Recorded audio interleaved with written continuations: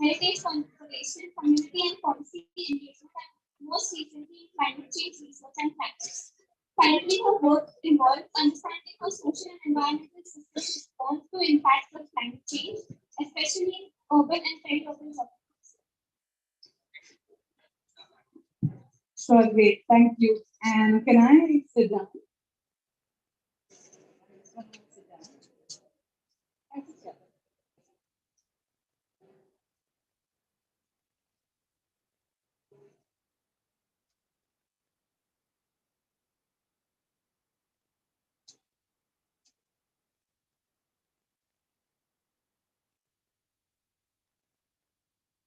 Thank you so much. Okay, hello everyone. Such a pleasure to be here. Thank you to the forum to for inviting me for this, and also for the wonderful organization of the event and all the hospitality you guys have extended to us. Thanks to Ramya, who's hosting me. She's been so graceful and gracious to host me at her residence. Thanks to the student volunteers who've been helping me out, Palak and Nikhila. Sorry. Yeah.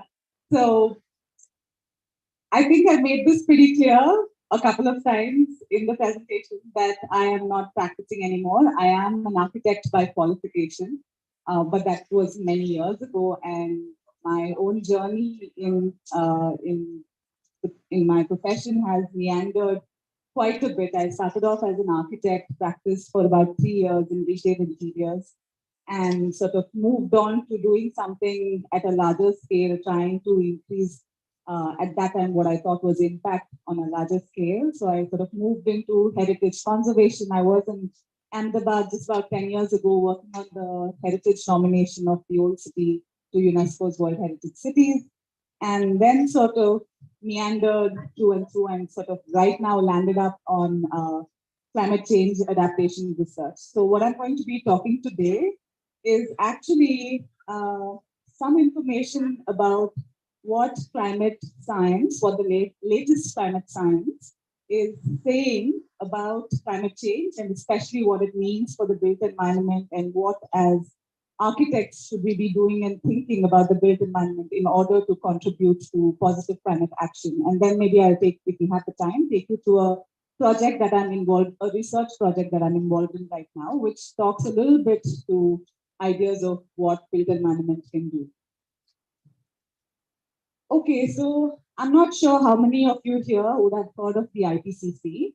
The IPCC is the Intergovernmental Panel on Climate Change. So it is an international government body which has, I think, about 160 countries which are signatories to it.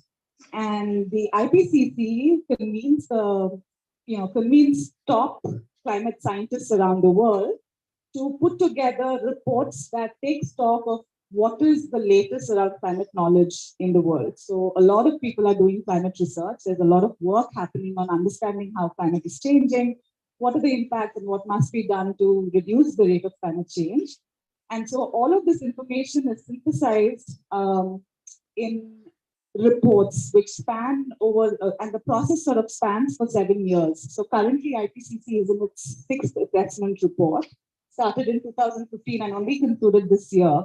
But what the big things that came out of the report were actually 6 reports. So there was a special report on achieving 1.5 degrees. As you might know, that the Paris Agreement, if you've followed any of sort of the international conversations around climate change, the landmark conference was in Paris in 2015, which said, we have to limit climate change to 1.5 degrees. Otherwise, we're going to be going into a world which will be pretty much uninhabitable. And so, so basically in this cycle, we had about 6 reports come out, really influential reports that sort of that are telling us what exactly is the status of climate change, but also will really sort of shape the direction in which people are going to research, people are going to live, people are going to think about their own professions in the context of climate change. So what I want to focus on are these 3 reports, which is this first report here, which talks about what is the state of climate now? Really, what is changing? Is it getting hotter? Is it getting colder? I mean, that's quite an intuitive response. It is getting hotter, but also so many extreme events are happening now. So many wildfires that there is a connection back to climate change.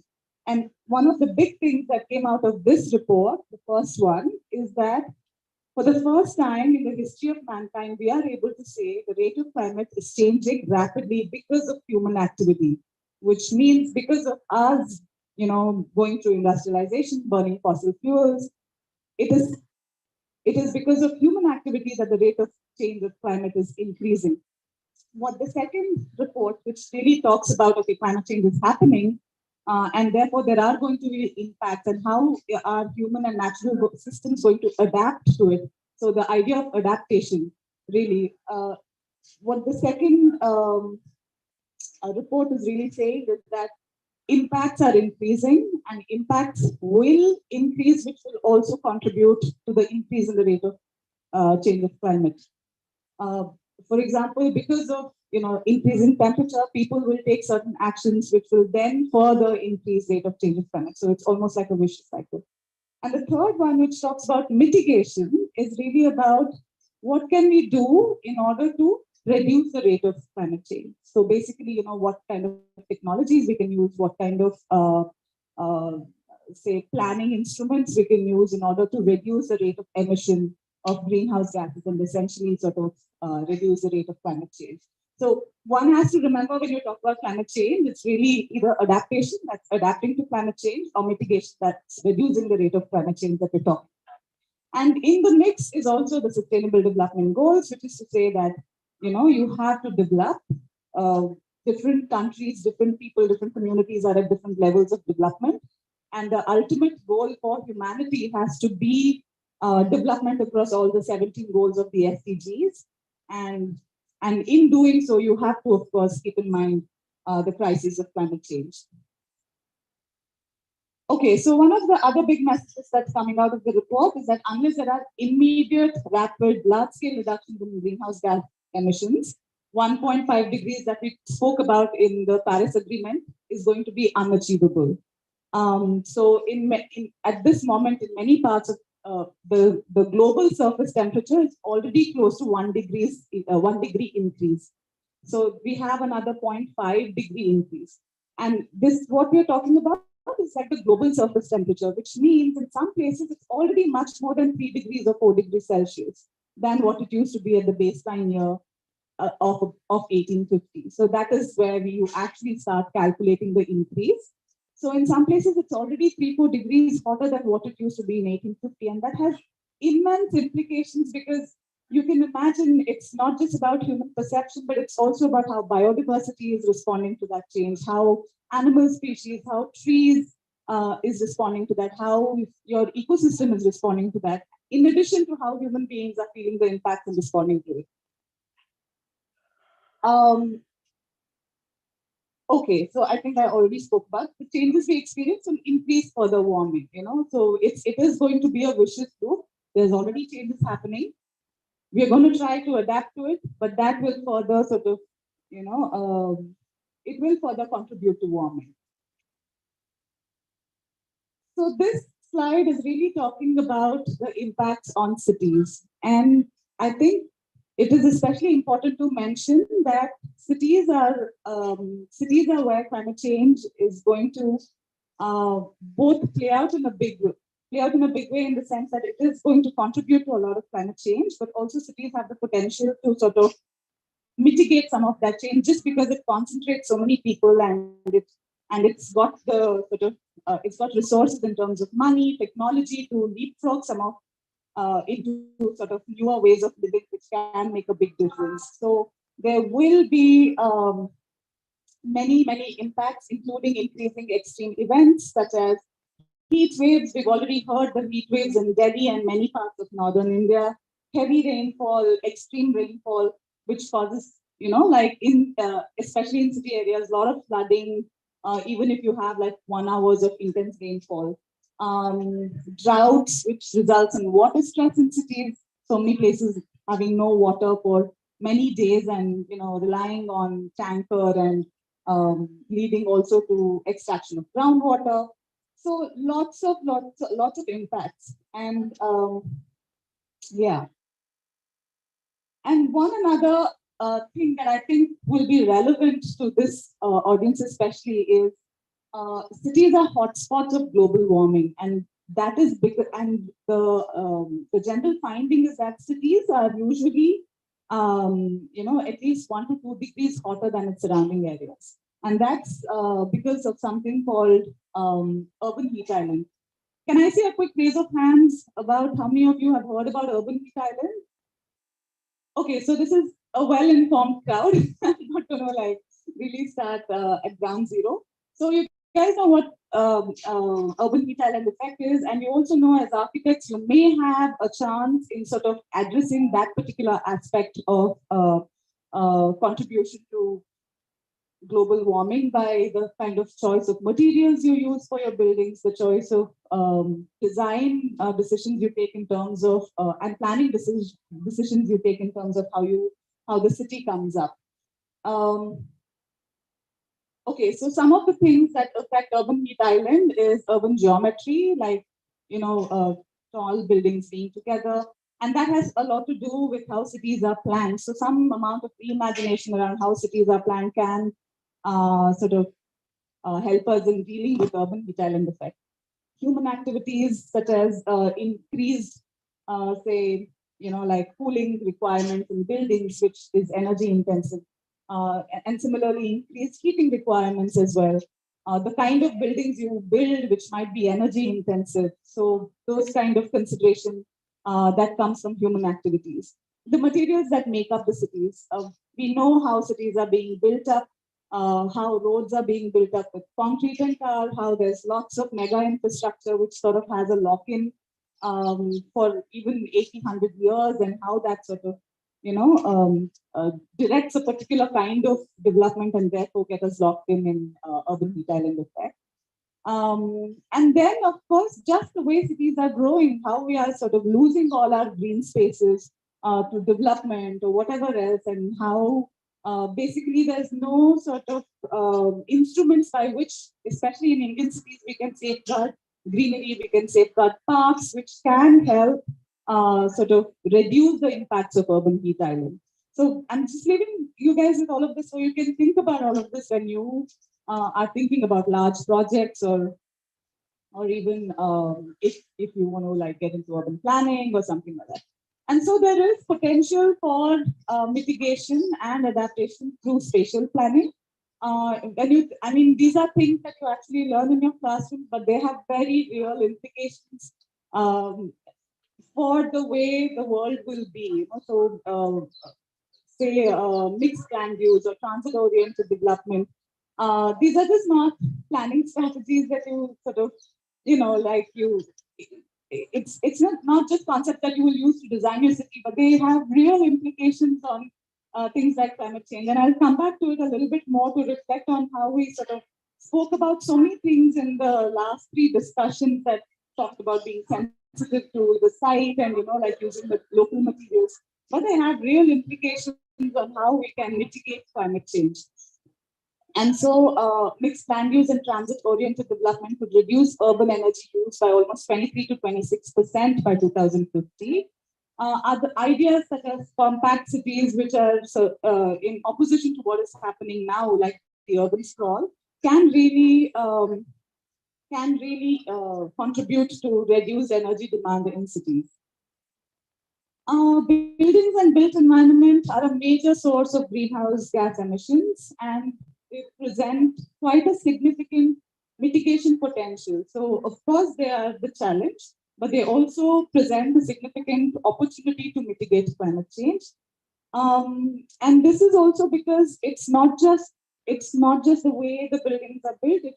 It also sort of includes the concept of embodied energy, which means that what is the materials that are used, are they energy intensive? How much of carbon do they emit even in their production? Carbon dioxide do they emit even in their production? So the idea of embodied energy also becomes important. And so just going to building industry as such. And if you guys are more interested in particularly the building sector, the report 3, which I showed you, the mitigation report, has a chapter entirely on the building sector. And so if you're interested, you could read it. It's dense science, but I mean, you may be able to sort of pull out some useful messages by the end of the day. But essentially what it's saying is that about global greenhouse gas emissions contributed to an equivalent of 21% of GHGs from the building sector alone. And if you sort of just looked at carbon dioxide, that would have been 31% just from the building industry. There's also growing scientific evidence that buildings have a lot of mitigation potential. And I'll speak about how one can think about it. And it has mitigation potential also to reach the 1.5 degree target as well as the SDGs. There can be many forms of mitigation actions in buildings, starting from how it is designed, starting from your program itself, to how you are designing the building, what materials you're using, and then also in the lifetime of the building, how are you using energy, what kind of uses it's sort of used. And this is a picture of a building from India, really. It's Suzlon 1 campus, Earth campus in Pune, which is supposed to be a very green building. And what it also means is that a lot of energy consumed in this building is also produced on site. And one of the other things to remember is that India is in the course of rapid urbanization. The world is already more than 50% urban, but India will get there by about 2030. We will cross over that 50% urbanization rate. And what that means is there is so many people who are going to come to our cities. And in order to respond to that, there is a lot of building that is yet to be built to accommodate the functions we need. And in the world in general, I think almost 70% of the stock of buildings are yet to be built in order to sort of achieve sustainable development goals. The point I'm trying to make is there is a lot of building yet to be done. I completely sort of appreciate the discussions we had this morning where we said we don't need to build anymore. And the responses that went along with it. Yes, there is a lot to be built in order to even get to basic levels of development across the world. A lot of building is required. But I think the question is, how are we going to build it? And what sensibility we bring into the buildings is going to be an important consideration, at least while thinking about climate change. Okay, so this idea of net zero buildings is becoming very popular in thinking about the mitigation potential of buildings. What is net zero buildings? Net zero buildings is basically buildings that consume as much energy as much as they produce, right? So there are lots of ways in which you can produce energy on site, which doesn't depend on the grid or doesn't depend on bringing energy or energy from outside. So things like solar panels that produce solar energy, localized wind turbines, so many ways of producing energy, biogas, many ways of producing energy on site. And net zero buildings are buildings that use as much energy as is being produced. So you're not taking from the outside. So one of the critical things to remember now, and I think one of the critical things to remember in general for climate change is we have to act now, and every delay in action is just going to increase the temperature that we will have to deal with, which is going to increase cost, which is going to increase the unlivability of cities and unlivability for humans, animals. So the essential thing to remember is that we really have to act now.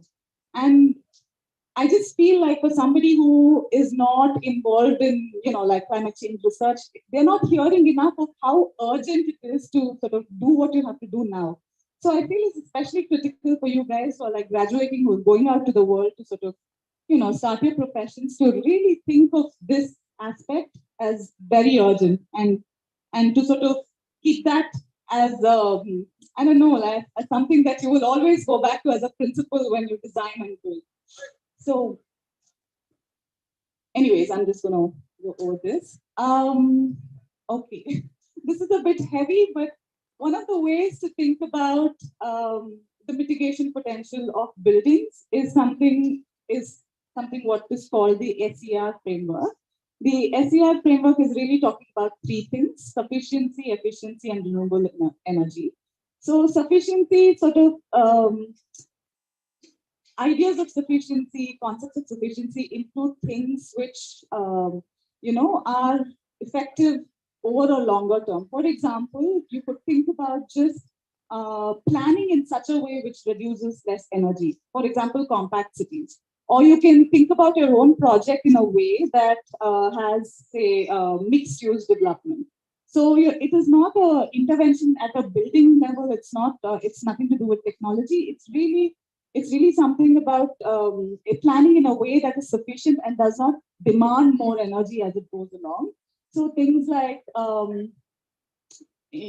like when you are planning your building, you could think about green roofs. You can think about double skin walls, which reduce heating or cooling requirements. You can think about optimizing the use of buildings. You can think about new ideas like cohabitation or sharing of common spaces and exclusive private spaces. So it's really like at a fundamental level, rethinking of how we live and use buildings.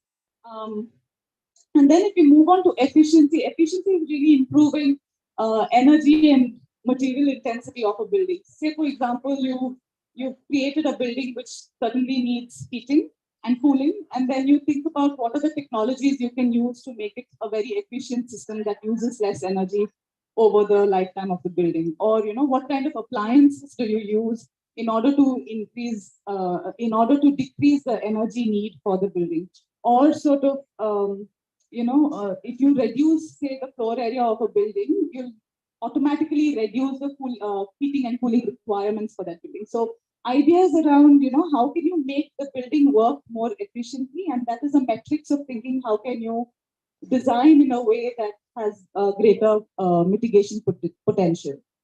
And then renewable, I mean, it's quite intuitive. It's using renewable technologies such as solar panels, wind energy, geothermal heating, cooling, um, biomass energy, and sort of trying and making your building self-sufficient through renewable sources of energy.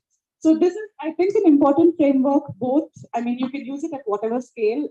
At a government scale, you can use it to think about policies. You can think about what policies will address sufficiency, what policies will address efficiency and renewable. You can think about how building bylaws can be tweaked in order to sort of target any of these sections. At an individual practice level, you can just think about when you design, are you taking into consideration these three sort of dimensions of this framework?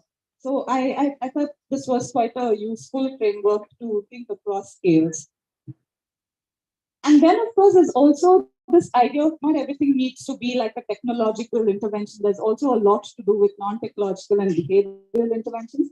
And I think that's one of the things that really, I mean, I said it yesterday as well, that, for instance, the project that spoke about recycling in a mall, right? I mean, after hearing a lot of the other panelists, it may or may not have been a very practical idea, but just the aspect of building awareness of recycling and the uses of recycling, and why it is important, and just to use the precinct of a mall to sort of make that conversation is quite powerful. And I mean, I was coming to it from these interventions that can sort of push for behavior change. How can you design in a way that you make your users of the building use less energy? And I think that's where the creativity of an architect can be really harnessed in order to respond to climate change. I mean, can you make the user not use air conditioning the whole day, maybe just 2 hours in a day when it's peak, or can you make the user sort of use their water systems in a way that much of the water is recycled? Can you bring in those kind of maybe it's interventions or technology, whatever, but to influence behavior change. So I think that's one aspect that is not really explored, and how building design can really influence behavior change. Okay, so all of this, what I spoke about, was the mitigation potential, but to also say that the climate has already changed quite a bit. In some places, it's much more than 3, 4 degrees. In some places, it's 1 degree. And therefore, we will have to adapt to the changing climate, right? And so there will be requirements for adaptation. Increasing temperature can be already we can make out that there's higher cooling and heating requirements across the world. Well, there's actually more heating demand because of increasing temperature. The cooling requirements is reducing. But it's not very clear whether the reduction in cooling requirements is sort of equalizing the increase in heating requirements. Climate change can also affect performance, durability, safety of existing buildings. Things are changing quite rapidly. Temperature is changing. Extreme events are increasing. Soil salinity is increasing because of sea level intrusion in coastal cities. So especially historical buildings, old buildings that weren't built to sort of deal with this kind of a changing climate regime, and coastal areas which are far more exposed to saltwater intrusion, storm surges, are quite vulnerable, especially in the building sector.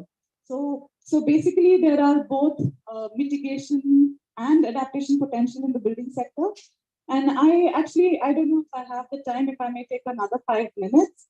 But I wanted to talk about a project that I'm involved in at the Indian Institute for Human Settlements, which sort of looks at both the adaptation and mitigation potential of urban and peri-urban agriculture. So I'll make my case.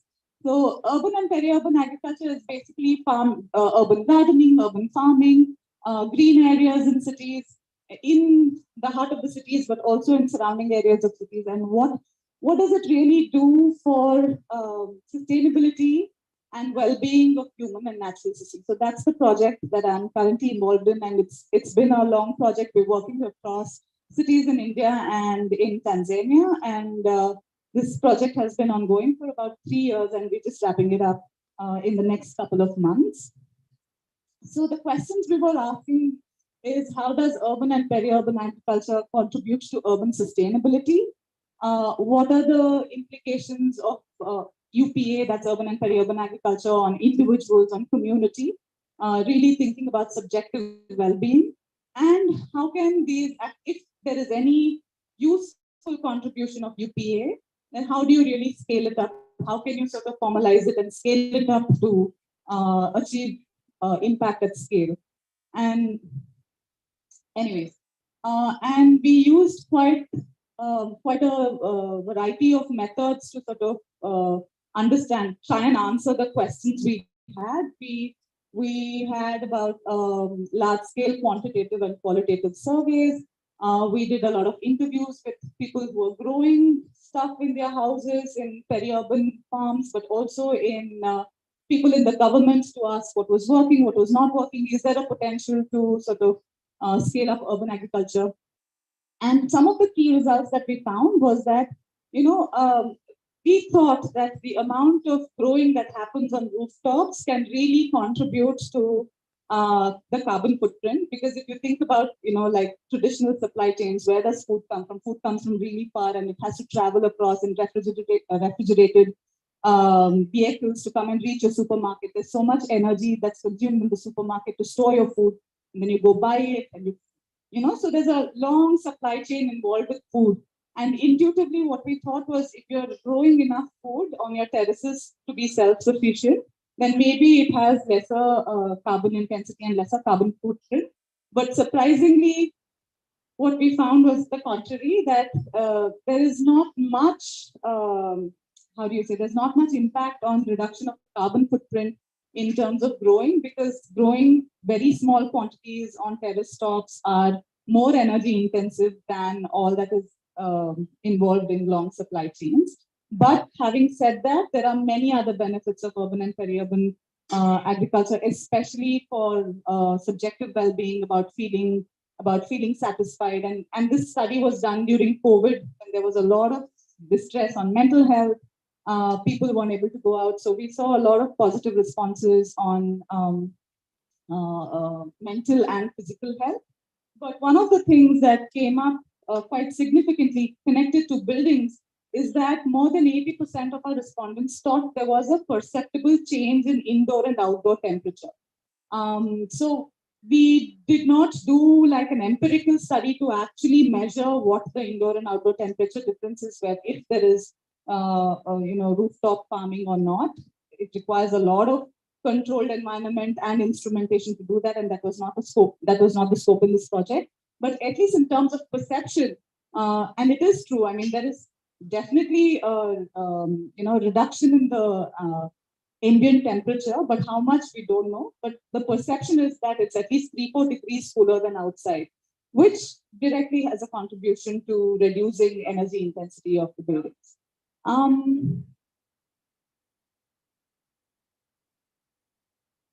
Okay. And the other thing that we did was we really looked at sort of the building codes in India, and we looked at all the green building ratings to see how is that sort of supporting or not supporting urban agriculture. And one of the things we found was while all the green ratings have, great things to say and many points for growing things around your building, it never really says what you should be growing or, like how you should be growing. So it might be that you have like large lawns in front of your building, which is actually very energy intensive in terms of watering and maintenance and all of that. So, to a certain extent, you can't really go entirely by the green building ratings to say that your building is green or not, because I think it doesn't approach that with a far more nuanced approach that is required right now. So, anyways, our project is coming to an end in a couple of months, and what we want to do is really sort of scale this up by taking it to policymakers to say that, look, there is importance of urban and peri-urban agriculture, especially for the building sector, to both adapt and mitigate. Adaptation in terms of responding to food, especially during COVID times when people weren't able to go out and bring their groceries, and people actually suffered in terms of what kind of food they were eating. Were they eating enough greens? Were they eating enough vegetables? And that we've heard from many instances was sort of taken care of by urban agriculture. Urban agriculture as a form of livelihood generation for migrants in the city is another big thing that's coming up, both in terms of like providing livelihood opportunity, but also sort of keeping that rootedness of where they come from and what they have been doing before coming to cities. Um, yeah, so we have a website. So if you guys are more interested, happy for you guys to go and check out the urban and peri-urban agriculture website, and you will get much of the sort of results that we've been finding through our research project. So I'll stop here. I'll stop with these two pictures. This is a rooftop garden at IHS in Bangalore. We have a fantastic rooftop garden, which of course gives us some part of our lunch requirements. It certainly does not sort of satisfy all the requirements we have, but it also improves a lot of sort of community bonding and like things like that, which helps us sort of create a closer environment.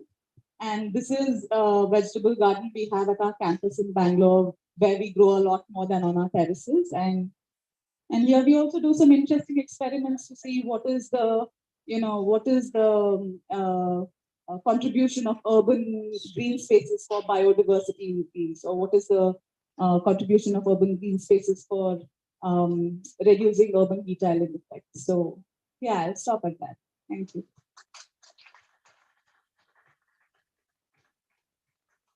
Thank you, Prathijna, for reminding us of how consciously we need to design today. Now I'd like to invite Professor Srivathsan. Professor Srivathsan is an architect and urban designer.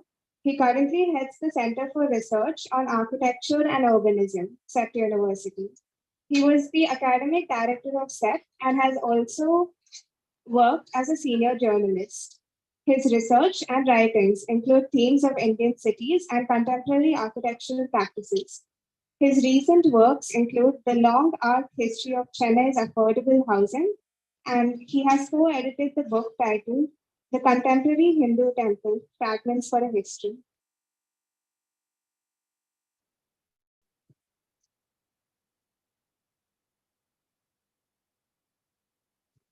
Okay. Good evening. This has been a wonderful 3 days, intense.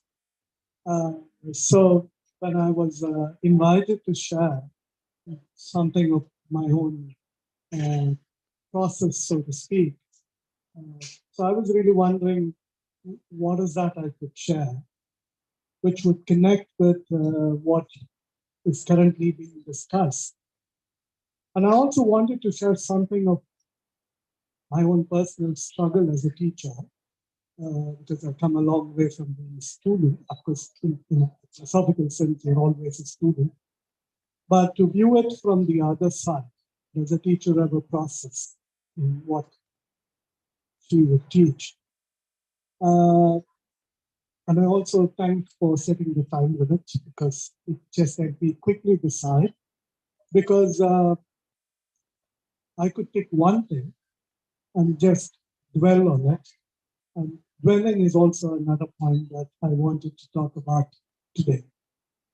So I was really wondering whether, which was what I'm going to talk about, wonder, whether it's an appropriate topic to discuss as a process. And I was immensely pleased to hear Tim speak at the very beginning and reassured me that I'm not entirely off the mark, because he was talking about care, attention, world around us connected. And I was feeling a bit relieved that it's not a bad idea to talk about wonder. And I was even more reassured in the last 2 days, because I found terms such as curiosity, openness, immediacy, and so on and so forth come about. And to me, all these terms actually talk about three larger questions, which is what I want to engage with. One, how to know. That's the question. How to know to do what? How to know, because this is what the whole conversation was about, process, which is an how question, not necessarily what. I put convenience and saying all these are separatable. And how to do it. In my case, how to teach. How is the question? And you know how, as I explained, belongs to the process corner. If there is one idea, an experience, an approach that rounds up all these three terms and simultaneously answers these questions, it is the experience of wonder. It is both a process and an end. It is the beginning and an outcome. And to me, the journey thus far as a teacher and a researcher is about how to keep this perpetual sense of wonder in both learning and as well as life. That's been my struggle, particularly more so in teaching in architectural colleges. I'll come to that in a moment. I first encountered the idea of wonder and education in J. Krishnamurti's writings. And some of you may know J. Krishnamurti is one of the well-known, extensively admired philosopher and an educationist in India. And based on his ideas, there are a series of schools that are run in this country. And I encountered this because he repeatedly writes that how wonder must be at the center of education. And he says you have to cultivate it. And I found it initially contradictory and even an oxymoron. How can you cultivate wonder? Because if wonder is about unexpectedness, it's the unanticipated. I mean, how could you cultivate it? But the more I observed my daughter, who studied in a case school, as the Krishnamurti schools are popularly known, and my wife teaching there, I found they had figured out this, that how to cultivate wonder. And for me, when I tried to practice that in an architectural school, I found it very difficult. I'll come to that in a moment as to why I found it difficult, and I still keep trying at it. But I want to just dwell a little more on this idea of wonder so as to explain what I have understood by that. So that may not be necessarily what you probably think about it. So I want to establish the ground on which I'm standing and what that is about. Wonder to me is not a sheer awe at the spectacular. It's an emotional response that opens up the self. Though it is about the self, it is very much about the world around me, the things in me. It happens when I observe, immerse myself, and recognize the richness around. And in them, I see the possibilities that I've not thought about it.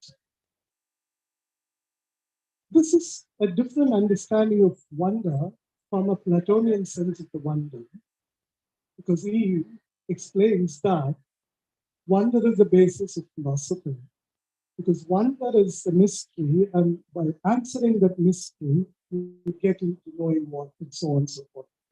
Neither am I prescribing to the Descartes' understanding of wonder, which he explains as the sudden surprise of the soul. Such explanations to me are about A, extraordinary things, a B, a mystery to be solved, or may prepare one to find answers, inquire, and so on. They are important and helpful. The wonder that I'm trying to talk about is a richer and a transformative experience. In that sense, I'm very close to, and I'm also back and going to quote the 11th century Indian aesthetician, philosopher, grammarian, Abhinav Gupta, the great Kashmiri Saivite philosopher, whose extensive work on aesthetics, tantra, and others has been an eye-opener for me. I have to admit I haven't read this text in the original. It was written in Sanskrit and I don't know Sanskrit. So I've a great deal, and I'm going to back and even borrow from Arindam Chakrabarty's commentaries. And some of you may also know about Arindam. He's another revered name in the contemporary Indian philosophy, whose lectures have been brilliant, wonder, and he especially dwells on the idea of wonder as Abhinav Gupta explains. And I'm closer to what my understanding of wonder is closer to what Abhinav explains. In fact, I got the words from him in order to explain what I thought was wonder, or what I think is wonder. I'm also consciously taking this route to rely on commentaries. Okay? Because I believe that not every time one needs to come up with something new, but pointing to some things that exist through commentaries in this instance, something the Indian philosophical tradition has in plenty, is also an absolutely an helpful route. And that's also one of the problems in architecture schools, which I'll come to shortly. So let me dwell a bit on wonder using Abhinav's words. As Abhinav explains, wonder is an emotion and an aesthetical experience. There's a sensory emphasis on the wonder. And it's an immersion, as he calls, in the ontological richness of the world. Just to, even if you don't want to use it logical, we can simply say it's around things in the world around us. It is not just a rapture. It's not something in awe. It's not a rapturous thing. Because sometimes rapture and awe dies when an explanation is available. If it's a mystery, which is the Platonian sense of thing, wonder, then that mystery may die. Wonder could begin, and often begins with the starting, amazed by one encounters. But it is not just a mere noetic starter. It's not an intellectual starter. But it moves beyond that. It's about enriching oneself by observing and engaging with the richness that's around. It's about things beyond the qualifier. How what amazes me could be useful to me.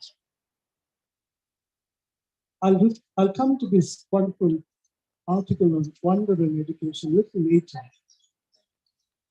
by Shinkai. So who says that often we think what we wonder about could be part of my plan.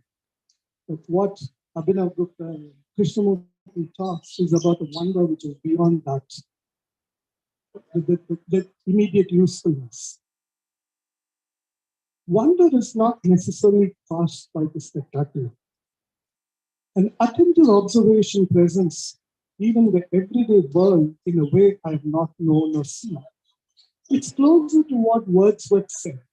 In his longish poem, there is an interesting phrase which he says, common sight apparelled in celestial light. Common sight apparelled in celestial light. The only thing here for me is that the celestial light is not a divine intervention. It is the richness of myself and the richness of the world. To Abhinav Gupta, following few philosophers before him, Utpala and others, wonder starts as an ineffable condition. It's that I will lack of word how, but it's not how. It's that which at that moment I'm not able to express. I'm not even interested in expressing. Okay? That's what it is. It begins there. But where it differs from others, I thought was a brilliant move, a wondrous move, is that he says that it's also simultaneously a cognitive act, and it's tied with language. He says that a linguistic structure is implicit in all human cognition. There is this urge to say. It doesn't stop in being just within yourself. It's a very basic human condition to express. This difference, as Arindam would point out, is not mere talking. In fact, he uses a brilliant Sanskrit term called the vimarsha, which is so taken. He says it's a self-conscious verbal activity that considers the alternative possibility. Think again is the reductive phrase to that. It points to something more than one use. That's what happens in that ineffable moment. And we end up putting words. In fact, he asks, what is ineffable if it is not articulate? What is the point? Then it will be just in my mind, your mind. And that's not helpful. In fact, his guru, Bimal Krishnamurti, another very important Indian philosopher, would even say that without speech, we will not have a social life. And language is not a poor substitution for telepathy. So the ineffableness, if it remains only ineffable, and or remaining only as something contained in my mind, it's not useful. So I need to share. I need to express. What I'm trying to explain here is that wonder, unlike curiosity, affects all levels of a person: aesthetic, emotional, existential, and cognitive. This phrase I borrow from Adil Shinto's the Dutch historian and a philosopher, whose insightful work on wonder and education, and never in his paper he talks about Abhinav. He's not aware of him, but it's exactly saying, it's like more or less saying what Abhinav is saying. And in fact, he explains there are two kinds of wonder: one active wonder and a deep wonder. The active wonder is like our curiosity. You act, make it useful, immediate. While deep is about contemplative. Uh, my next question to myself was, if wonder is so useful, how to practice it? How to teach it, of sort. In case schools, children go on long walks and travel to places both next door and far away. They would pick leaves on the trees, seeds and flowers, note the worms on the ground, the butterflies around. On their return, they sit in a circle and describe, richly describe. They're encouraged to keep observing and defer judgment. Describe and not evaluate. It is about seeing as a way to opening oneself to the richness. I once had the great privilege of being shown around an exhibition of South Indian bronzes by none other than Nagaswamy. Any may not know, is a very accomplished archaeologist, artist, who's no more. This is some privileges that you get as a journalist, which is probably the best of all the South Indian bronzes all put together in one single room. It is also a rare happening. He wanted to show me around, which I accepted readily. So Nagaswamy would take me from one bronze to the other. And he would tell me, Srivathsan, just look at that necklace. Then he would say, come this side, look at that earring in the ear. Then he would take me to another bronze and say, look at that toe, which is raised. And then he would take me to another, was Vishabharana's thing, and say, look at the gaze and see what and where he's looking at. And then he would go to another one and say, look at that sandals. What he was repeatedly impelling, actually, forcing me of sort, to look at the richness of the object. In other words, he was not a theorist or a philosopher, but what he was actually saying in what philosophers like Roy Bosca would say, that beyond what you can even describe, there is a world which is more in excess, it's more richer. And that's what he was asking me to do. See it, repeatedly see it, anchor oneself in the object. Even though what was happening was in self, it was very much rooted in the object. So in both the cases, I found what they were training me, in one sense, was observe, repeatedly observe, and hold back interpretation. Don't let it come in the way of your perception. It's a tough task for someone like me who's already filled to the brim with all ideas and so on and so forth. And that's what was actually happening in that moment. I don't think Nagaswamy intended to stop or discourage my reading of the things. He urged me to immerse with the object and stay closer. That's what he was trying and he was asking me to do. But when I tried to do this in my teaching in architecture schools, I found it difficult. Observation and descriptions are difficult to practice in architecture schools because they tend to emphasize criticality disproportionately, I'd say, at the cost of rich observation. It keeps coming because we tend to quickly interpret. But what I would love to do is keep it, delay it as much as necessary, but not perfection, because we have other issues. Architecture teaching emphasizes interpretation a lot more, usually even at the cost of immersion and even joy.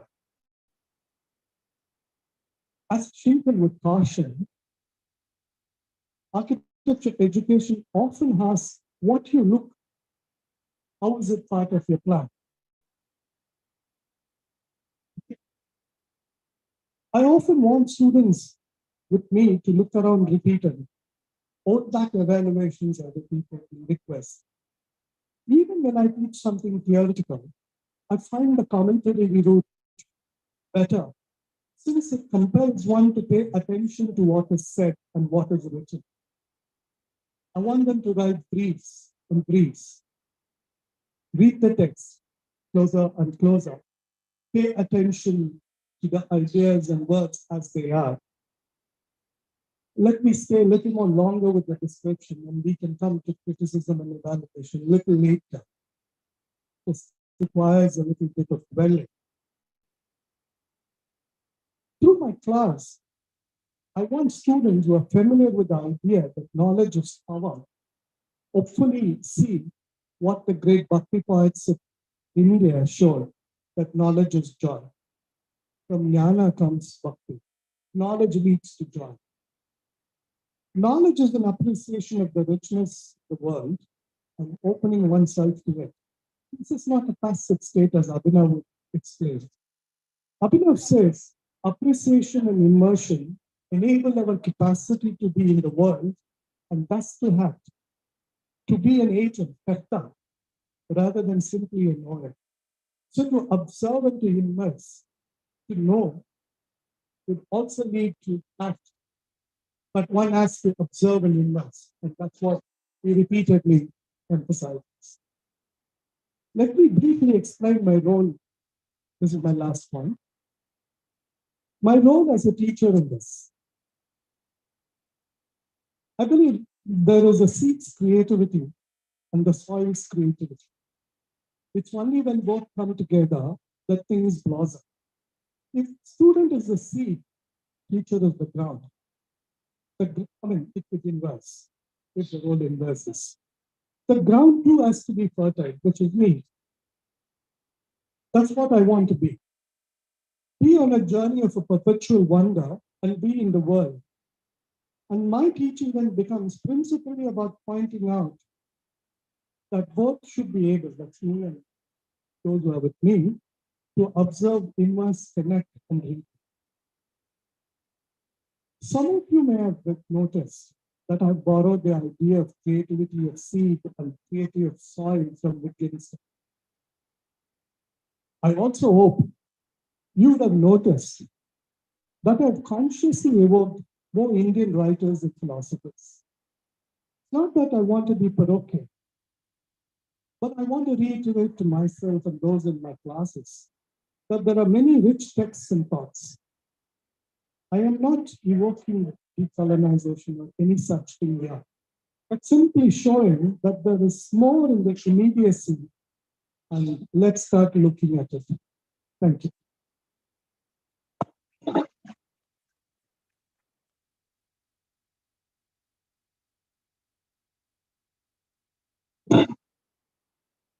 Thank you, Professor A.Srivathsan, for sharing your intriguing thoughts. I'm sure it has made us all wonder about wonder. Next, I would like to invite Professor Helene Frichot. She is a professor of architecture and philosophy at Melbourne School of Design. She was a professor of critical studies and gender theory and director of critical studies and architecture at KPS Stockholm. Drawing on her background in architecture and philosophy, her research fosters creative practice methodologies and develops concept tools and theories that develop feminist, post-humanist, and dirty materialism. Her recent publications include Dirty Theory, Trouble in Architecture, and Creative Ecologies, Theorizing the Practice of Architecture.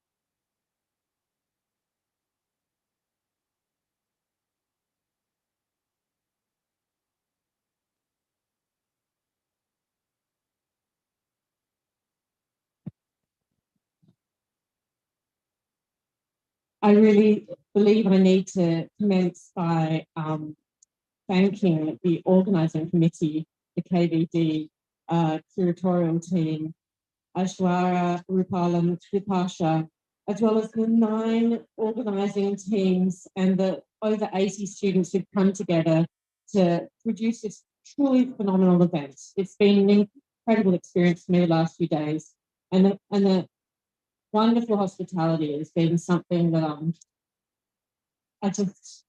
it's been a great honour.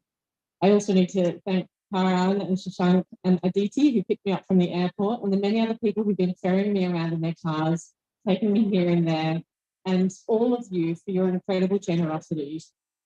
I've been so impressed by the level of engagement of the student body and enormously impressed by the presentations made by the students across the 3 panels. And also, you know, what wonderful faculty you have here as well. So my impression of SET is a very strong one, and I really wanted to start by thanking you all. Now, the brief as I received it was to tell you a little bit about the personal journey of how I came to become what I am still becoming, I suppose. As you've heard, I'm a professor of architecture and philosophy at the University of Melbourne. I'm also the director of the Bachelor of Design. I won't tell you how complex that program is, but it's got 12 pathways and it's very big. I formerly taught at the Royal Institute of Technology in Stockholm, Sweden, and some of the quote-unquote projects I'll show to you today come from that period of time. I moved back to Melbourne at the end of 2019, amidst what we've all come to experience as, you know, the pandemic event. But I thought I'd entitle just this. I'm going to try and hit the time, so you'll have to like jump up and down if I take too long. I thought I would entitle this Entanglement Stories, and I'll begin to explain why as I proceed. But what I've decided to do is a little bit, you'll often notice when architects, for instance, and I'm an architectural theorist and philosopher, when architects stand up to present their work, they often tell you about a series of projects. So I thought, I'm going to take the sort of series of projects approach and walk you through a few of the projects that I've been undertaking. The reason why I'm calling this Entanglement Stories is that the Design Philosophy Architecture seminar that I run in 4th and 5th year, my students have come to call what I do entanglement studies. And there's a history behind this concept that comes through a lot of feminist philosophy, in fact, with names such as Poonacha and Barad. But I want to pay my full respect to the fact of the importance of finding thinkers that are local to your milieu too. There's always the risk of the, you know, the Eurocentric or the Anglocentric approach to thinking.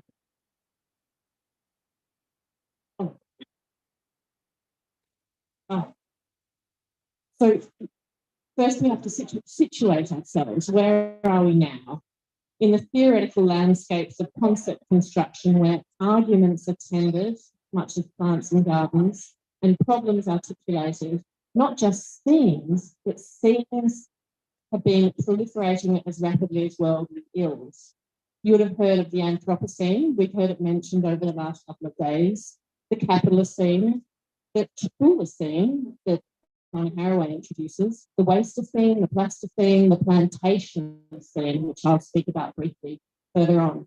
These themes are what feminist philosopher of science Donna Haraway calls systemic phenomena, where nothing acts alone, everything is knotted together, each one, human, non-human, more than human, biotic and abiotic, material, semiotic, is situated and affected. And this last sort of description of where we find ourselves is very much falling under this concept from Haraway of entanglement. We're entangled. We find ourselves in the midst of things. Everything we do, as we've certainly heard from your wonderful lecture, has an impact on the environments that we live in. Every gesture we have as designers can have an impact, either negative or positive. So in this project today, I'm sort of further situating myself and sort of describing in a roundabout way my journey. As a theorist and philosopher, I situate myself amidst certain theoretical fields, acknowledging that they sort of have porous boundaries and are sometimes fields in formation. And for me, currently, these include the domain of the environmental humanities, where humanities scholarship looks to how they can begin to tell stories of environmental concern. We have the sciences, of course, who speak to the environment, but we also need the storytellers who can begin to narrate what's happening around us through paying attention, through observation. And the environmental humanities in particular, one of its methodologies is given to the process, the action of storying. Environmental storytelling situates the researcher in their field and demands they pay close attention and cultivate curiosity from the midst of a complex, knotted, entangled web of relations in which they are materially embedded.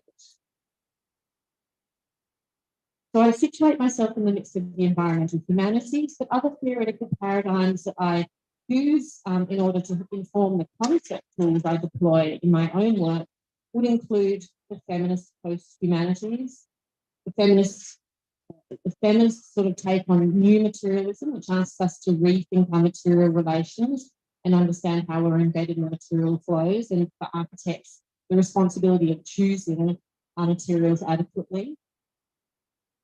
And also affect theory, which is a philosophical domain that's been sort of emerging, that talks a bit to the relationship of being affected and affecting the world around us in a reciprocal way.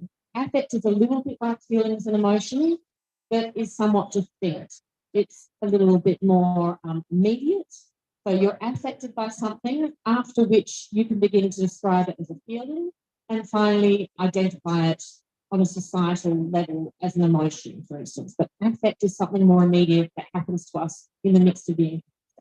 And so this is another domain that I've been working on with a book around architectural affects, collection of essays. So my background is between architecture and philosophy. I finished architecture, and then I was one of those eternal students and went back and studied philosophy and cultural theory. Now, perhaps unfortunately, I had a Eurocentric bias in my early reading. So I come from a background of reading the works of French philosophers, Gilles Deleuze and Félix Guattari. But in much of their work, they have also influenced certain feminist theories. And I'm likewise a reader of feminist theories and practices. But how I locate myself as, let's say, a practitioner of theory, because I believe theory is a practice too, is as an environmental storyteller and an essayist. What I do, I guess, is write essays. And I take the essay as a, an attempt, a test, an experimental test site, acknowledging that the very practice of writing can lead to discovery. Right? So I like to use writing not as offering a report, but to use it as an experimental site where in the midst of writing I make discoveries. And of course, crucially, my practice, I'm a pedagogue. So amongst the greatest joys in my life are the dialogues I've had with students, from whom I learned so much. So now I'm going to describe some of my projects. I'm going to make like I'm an architect, and I'm going to kind of present the sort of written projects as my design projects, because for me, that's how I practice design. So based on my experience in the Swedish context, where of course the issue of architecture and gender is very high on the list of priorities, and where I was very much involved in teaching courses dedicated to architecture and gender and also queer theory, and how we kind of identify feminist methodologies. Out of my teaching there, I developed this small, provocative pink book called How to Make Yourself a Feminist Design How-To, in which I offer up a series of instructions in a somewhat light-hearted way, inviting the reader to add further feminist design power tools to the suite of suggestions and provocations I make in the book, starting out with the suggestion that you write yourself your own manifesto in order to stake a claim for what you really believe in.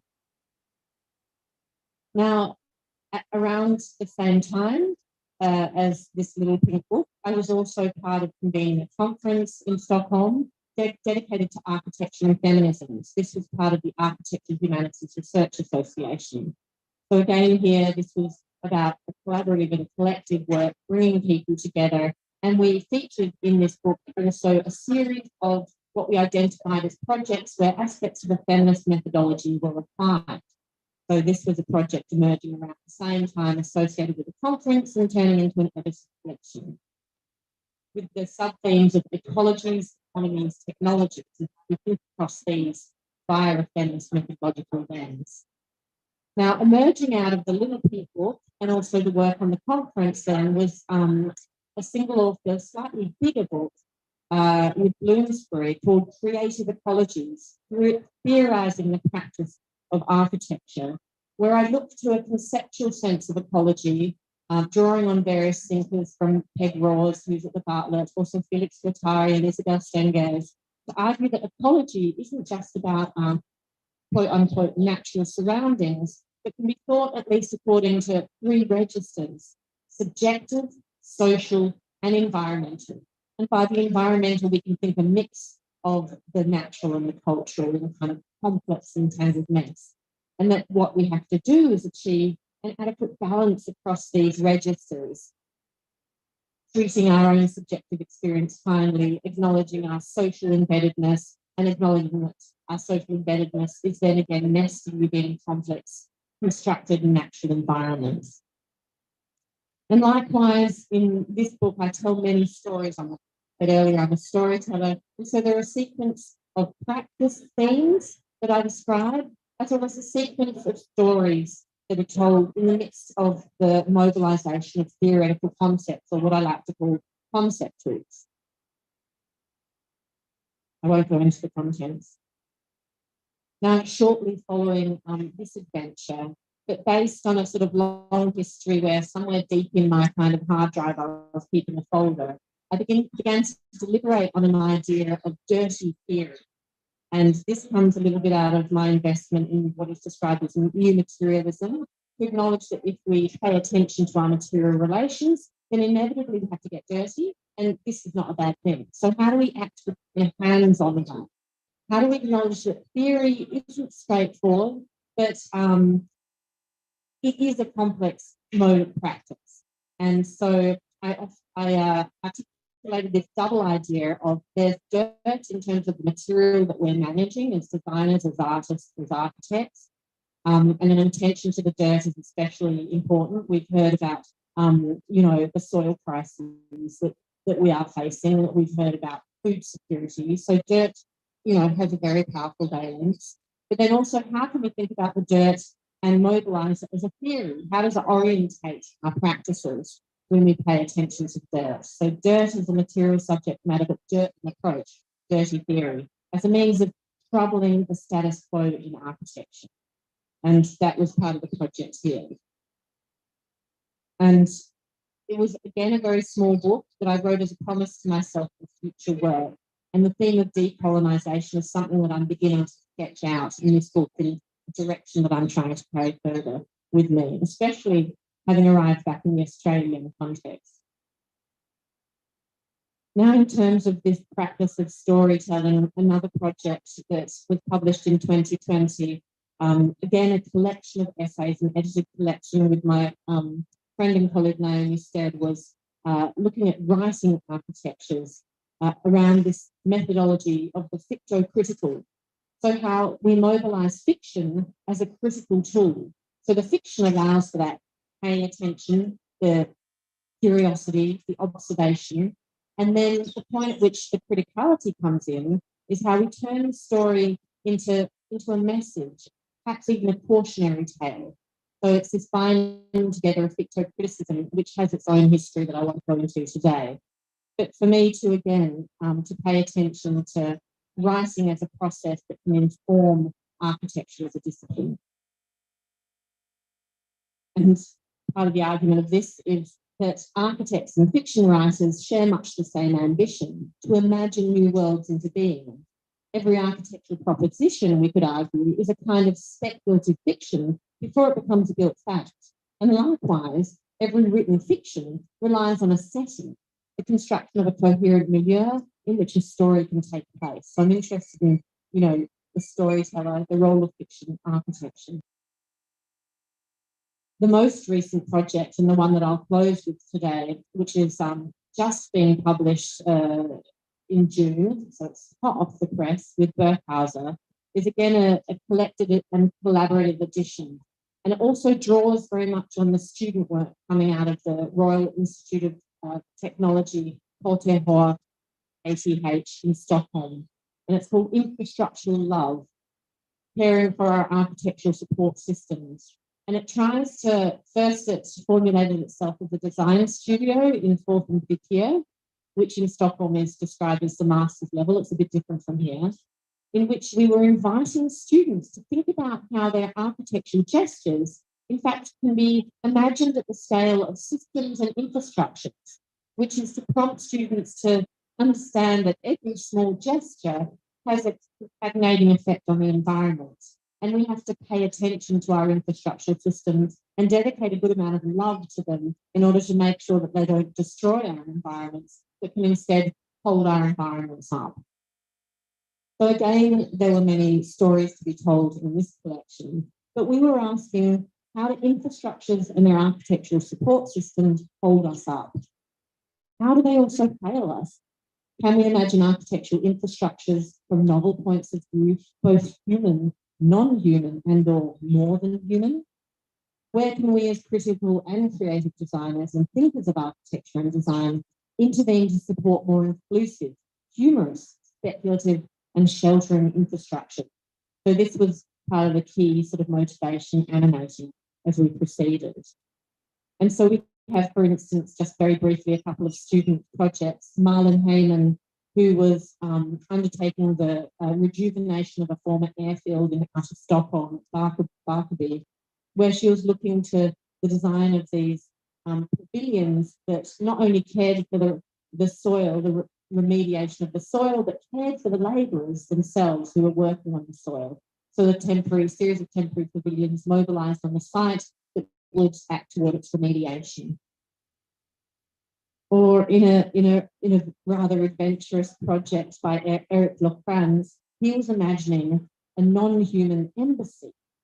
So how do we support all of the bugs, creepy crawlies, rats, pests that we have in our environments? And this was a really interesting critical speculative experiment, because in order to create the non-human embassy and get us closer to our non-human others and recognise where the value is and where the threat, he had to take regular building bylaws, all the means by which we keep the interior environment dry, safe from mildew, and he had to flip them to create an environment that was amenable to all kinds of pests and non-human others. And so it was an interesting exercise of inverting building bylaws and a very adventurous kind of set of inquiries he made. And briefly, though, I want to introduce you a current trajectory of thought that I'm undertaking, which also comes back again to my own particular journeys and back to my own history. So my own chapter for Infrastructural Love, this book that has been recently published, was called Plantationocene Parable, Infrastructural Rhythms and After Effects. So again, we see this concept and its relationship, the Plantationocene and its relationship to the Anthropocene, the role of the parable, which is the story, and the role of affects, how we are affected by our environments and how we affect them in turn, packed into the title. And this for me meant going back to my own family history. My father grew up on the Seychelles Islands in the Indian Ocean, calm, idyllic, outside of the path of cyclones, and yet dependent on a massive global infrastructure that we could call the Plantationocene.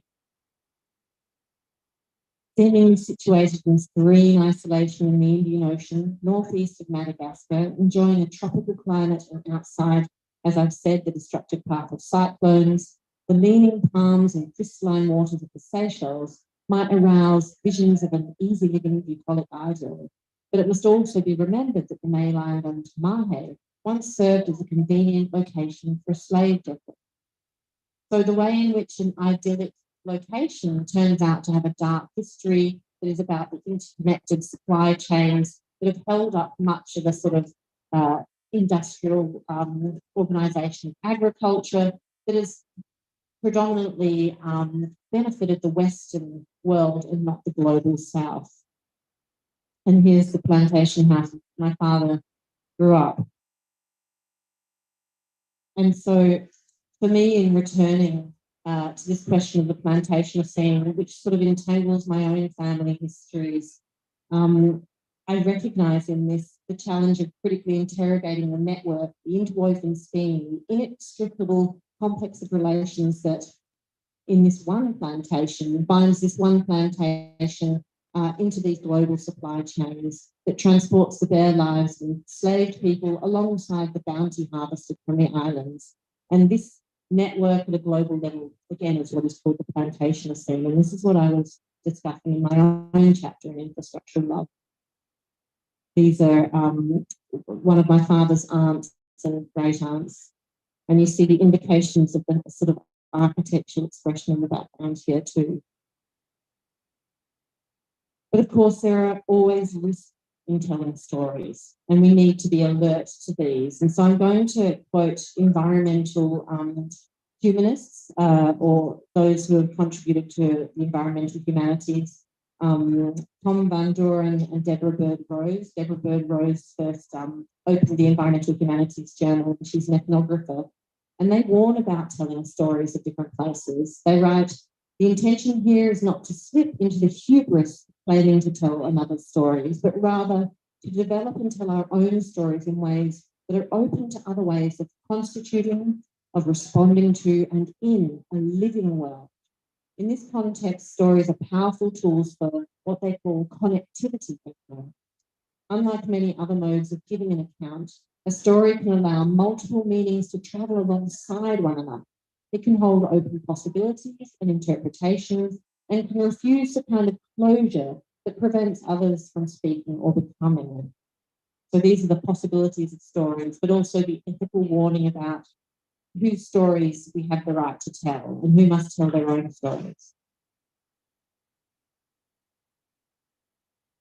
And then I want to return to the beginning, the wonderful video that the students produced here. And I didn't get hold of the name of the student who produced this wonderful animation, but for me, it struck me because it was an image of entanglements, the entanglements that we find ourselves in. And so I wanted to conclude with this final thought image of entanglement,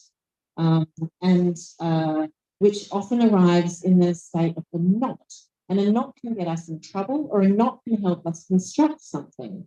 So I offer up in conclusion the material thought image of the knot and the entanglements that the knot participates in. Infrastructures, I argue, are knotty and complex. They can be compared to the deceptively simple material semiotic figure of the string carrier bag that both the science fiction writer Ursula Le Guin talks about and which John Haraway also describes after Le Guin. String carrier bags, composed of knots tied alongside yet other knots, serve the fundamental roles of carrying provisions and carrying stories. Now, the beauty of thinking of the carrying bag, the simple technology, is that we pay attention to the ways in which simple technologies, such as string bags, can also help us think through our environmental concerns. It's not always going to be the advanced technological techno-fix, but understanding the available hands-on technologies that we also have ready to hand. And how, through this, perhaps also rethinking of infrastructures and technologies, we can loosen ourselves from chains of dependence and look instead to our relations of interdependence, which are tied into the carrier bag and what it holds, and how it holds with great care and is animated, at least I would argue, with a feminist ethos. Thank you.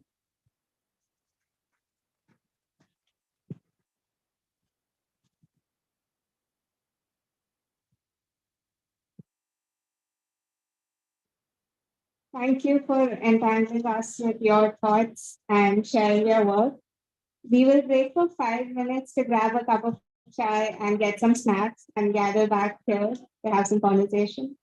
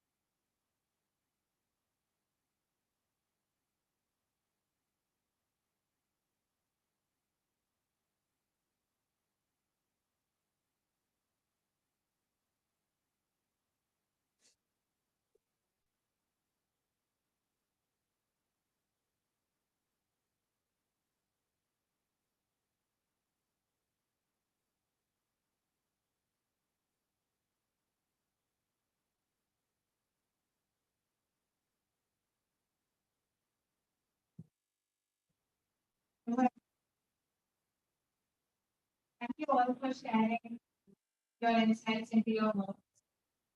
Yesterday, we were talking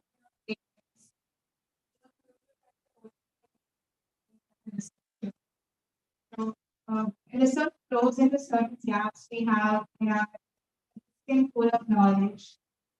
How did each of you identify your niche or your calling? I say so.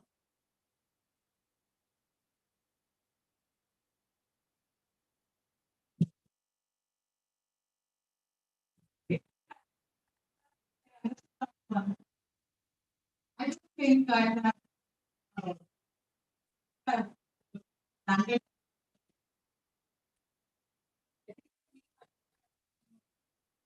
Yeah, but I think in retrospect, it's been done. Like I said, graduated as a practice. I was not an issue practice very quickly. And I feel that we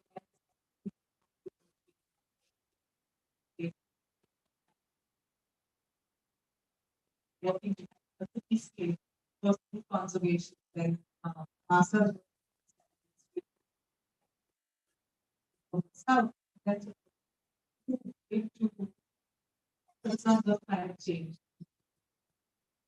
But frankly, I think that this is not where it stops and always keep exploring and then you keep moving on. So I'm happy that I started like just like I think there are many beginnings that they're also intertwined in one's personal and professional. And I feel also very superficial to say. And I think one of the things is that only people stuck up on where you start, where you end, what you want to do it.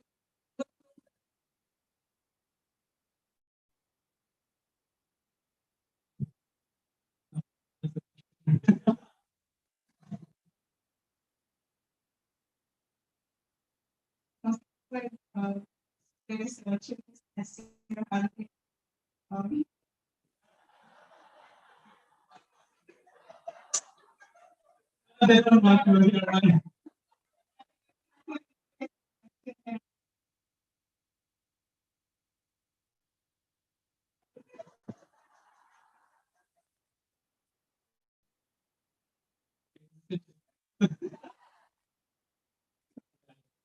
So, yeah, actually, when I was the year program and then I started working for a for office, I got a lot of problems from the office, but I knew that is what I don't want to do. I don't want to do that uh, practice. I really had no clue what to do. Uh, I thought my spiritual need was not being fulfilled anyhow. Uh, so I had to look for something, some person, someone that fulfill my that need for now.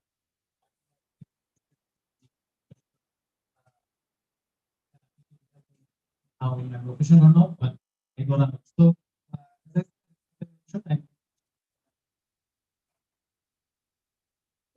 I for him and I think the places and even the camp areas when I started working.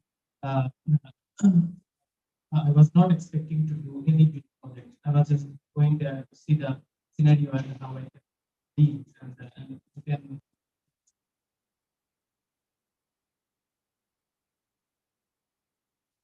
I don't know whether I'm still learning because I just had 20 years in that practice.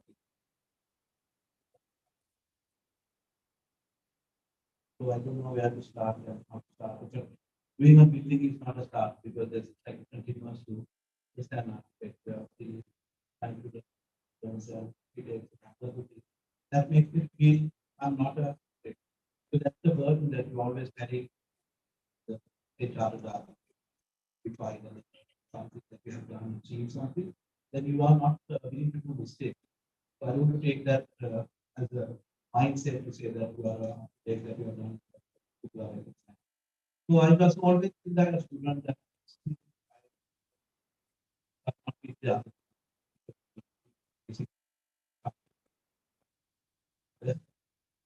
but I'm trying to work with the aesthetics and try to experiment with the budget because that's my duty as an architect. Because we have very sensitive data. So we have a role of every architect has a duty to play. It can be responsible, how we responsible for the context or the people, society, the lifestyle, how we can improve their lifestyle and to match with the Sri Lankan ethos and the climate. And so those are very important elements that I'm still want to. That's why we wanted this continuous to out in the Sri Lankan country because it's very comfortable. And again, it takes some time to understand the whole variable of practice. So its place is very important. Big projects that you have not understand people. It takes some time to understand how they want, what they need, and whether they want to feel outside. So it's I think the some uh, context. Yeah, it starts. I don't know that's the start and continue. We have.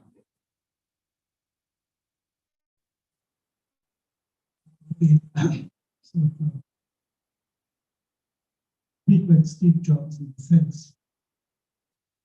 These are many dots that have been raising myself in for creating. And not even some NASA. Yes, I try to read the battery. But basically, these are dots which apparently scattered, but they're not really totally scattered. Started my career at two domains. Started my career not even design. And for that,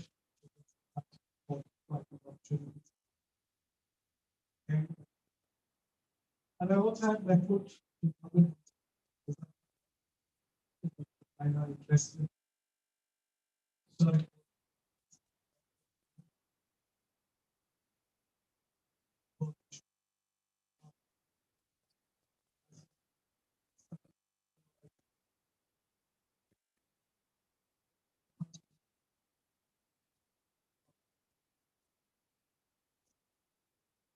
this was happening.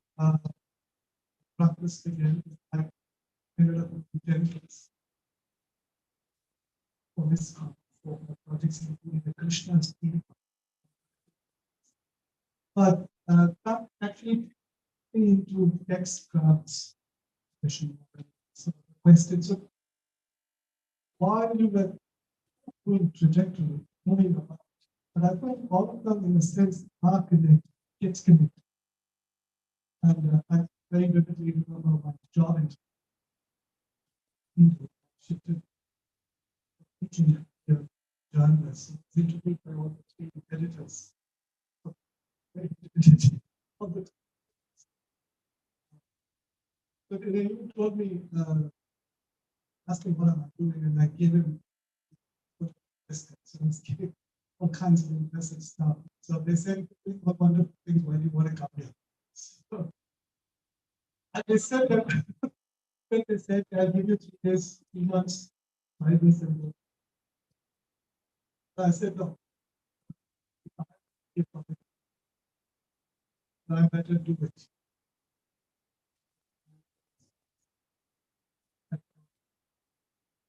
It wasn't true. Have to ship. The best place, best place, best part. You want to do that, to be there. So you put it inside. I also remember my mail to them. I wanted to come here. I turned 50 and I wrote to say, and I think in my last leg of the right. So the only thing I have not yet immersed myself in building. So what do you want me to do? Chance. Come over, but I'm not promising you. Come over on your own.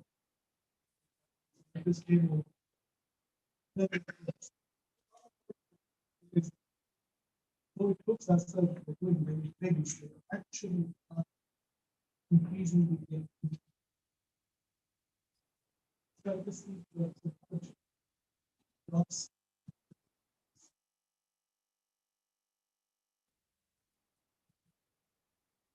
Every time is the most questions. And every time I tell the story, I want to tell it slightly differently. Likewise, no beginnings and endings, no continuous beginnings and endings, or just in the middle of things, in the midst of things, constantly making a mess. But I do have to confess that after studying architecture for 5 years and practicing as a graduate architect for a couple of years, I was ready to escape architecture. So 2 years of practice. In fact, the second year out of school, I came back and was a teaching assistant in design. So I've basically been teaching design studio on and off for pretty consistently since 1995. So that's like 27 years. I'm going, oh my God, I turned 50. And it really, I'm hearing you. It's like, oh shit, what is it? Maybe people will think I'm wise, yeah, so I got really disenchanted by it.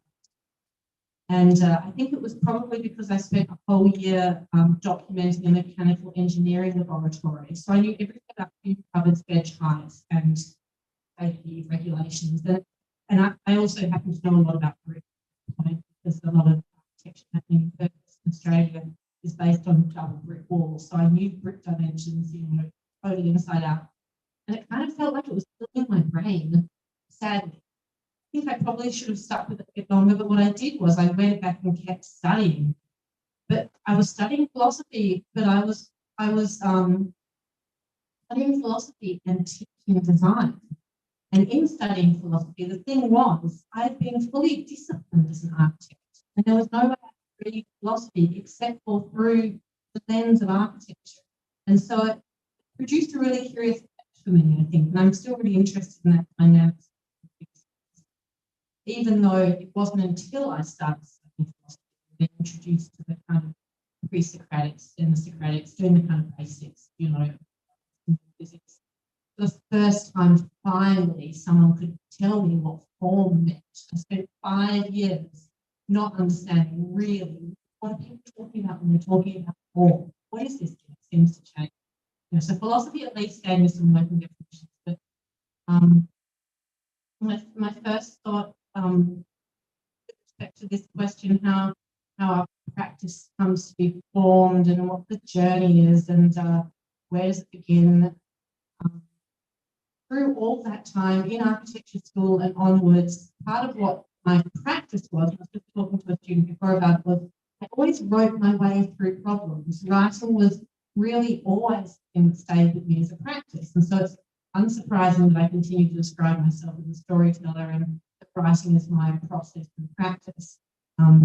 So that's, I've often at certain points I thought if I stopped writing, I would stop breathing. Like fundamental for me. It's like, it just kind of gets ingrained into what you are. But it's also a selfish preoccupation. And so as I get older, I increasingly what I see is the importance of the collective endeavor. So a lot of the books that I presented, crucially, are collected, edited editions where I've collaborated with co-editors and many authors. And it's been a project that's, always exhausting work. Slowly, I've learned to be less selfish and learn more about the importance of collective, collaborative venture.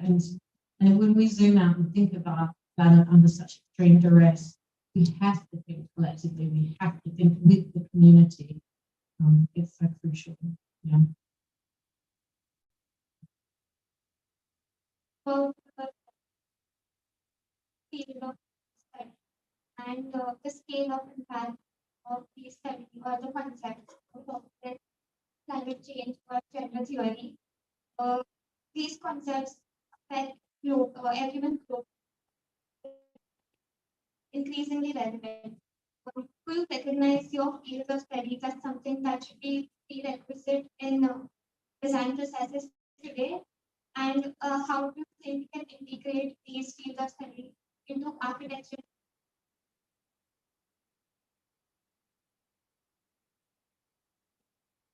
Yeah, I tried to answer this, but also to say that I have to step out after this and catch my flight. So sad that I will be missing the rest of the conversation, but yeah. I definitely think that people need more awareness, not just in architecture, across the board, starting right at school level about things like environmental awareness, climate change. So I don't think it is a question of choice or I think or otherwise. I just think it has to be done. I mean, governments and education policy must take so much kind of issues into schools to get at graduating at school level. But having said that, I don't think any of these ideas are new. I think many of these ideas around climate sensitive, around uh, around context are really not new concepts. Somewhere, example, Surya, you were just speaking that, without really calling it climate change, your practice is already doing what it is. Yesterday, your examples were your sensitivity to how you build the context. And you don't label it as climate sensitive architecture, but you're already doing it. So are you. So I think a lot of it is already happening. Maybe labels increase the visibility to it, but I certainly don't think these are new ideas. Go back to the basics too. Okay, thank you so much, guys. I had such a wonderful time, and thank you for being so generous.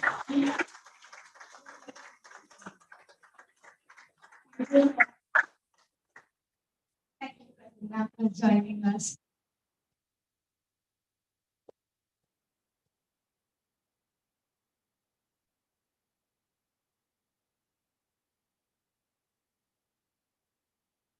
I need the question rephrased again. I can totally see how Prathijna,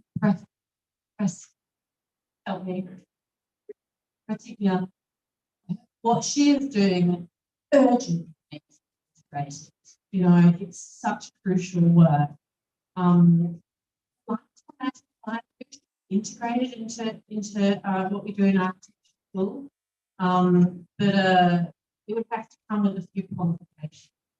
And I've tried to adapt my research so that I can attend to some of the urgent reorientations we must undertake. If we're going to have any hope of mitigating or adapting to this world, I want to tell a story just briefly about this seminar that I've been running, which I've run a couple of times now at the University of Melbourne, but it comes from past teaching. And it's the recognition of some of the problems that come with architectural theory. Architectural theory is always been too abstract, of being speculative without pragmatic, of not attending to the ground while being visionary or inventing its concepts. The concepts it generates or creates must attend to the sorts of problems that we described today. I've struggled with this, and the way that I deal with it in my classroom now, the classroom that my students have come to call entanglement studies, is that each student joins the seminar and they start by paying attention to a very particular material. It might be iron, it might be chalk, if someone chose epoxy, the stuff that glues buildings together, a whole vast variety of a vast variety of materials in some way integrate into architecture. And then week by week, we go through a series of readings, often informed by theoretical frameworks that I briefly touched on today. But everything is read through the material that they look at. And they look at the material from a specific side of extraction, through its processing, manufacturing into a built product, its application, and then through its eventual kind of, is it going to be cradle to cradle or is it going to end up in the trash heap? And so there's a lot of discussion about, the devastation of environments due to extractivism and how resource hungry we are. And so what I try to do is I try to make theory real for students in terms of their thinking about environmental responsibilities, because I see this is the thing that we really, really need to be aware of today. We have to show up accordingly.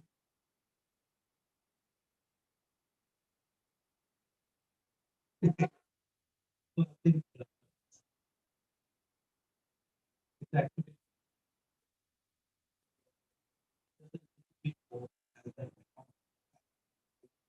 we are saving water. As a human being, we have the responsibility is very minimal impact. That is the day. With the intention is so that's important to understand how we can and return that that was came like those days, but still we have such like the natural. But it has to be as a person, human, we should understand it disturb anything what is there. I think as a but it's like you have to be like a forest verse, creating issues. And that's why we have feeling the ground. So I'm trying to work with the natural terrain so that we are not so you can impact in a different way. Yes. A lot of things question directly or so we have the duty again to discuss this about the client from place. If they have private like design practices, just have one to it. Upper in the daughter or that but not for the people. You always want to have the extra or parent to come to how year once a year they see sometimes it happens. You or you can keep that parents, something like that, or already with that. So some, that's what I'm trying to do as educate the class. Not to do access require need to design. So that makes it contribute in a different interest. That's what can't build people. Even if they have money, can't use it. The common things. You can't just destroy things the sake of that they have written because you can so that is contribution. So as architect, I'm trying to minimize all my projects not having more than 2 groups. Sometimes the multiple my student group convert into a meeting. So it's possible. I don't have to enclose meeting groups. I don't have my day where happening. So otherwise I have my we have to do it with practical. So it doesn't need to be emphasized and but practice being a being people not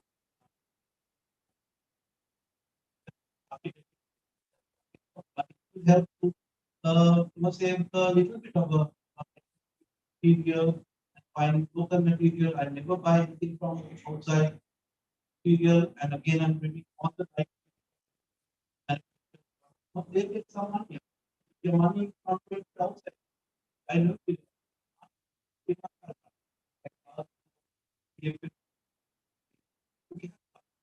Other than that, everything not like besides that, person I believe we should say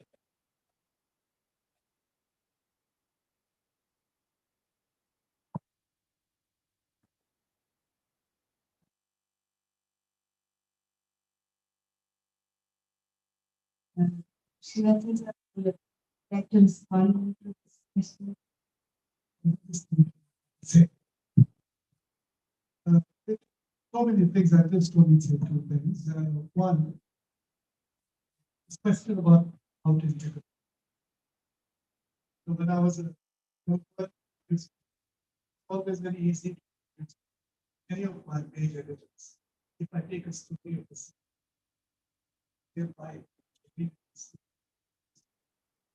I would take a conservation story. I take a lifestyle. That's what I thought extra time. What is the consequences? While I have an agenda, I take an article. I write. One practice, writing. Papers, time. But for the newspaper, it was always a big job. So fundamental question always asked me. So they wanted to know what is the legal, what is the, and which was not simple. So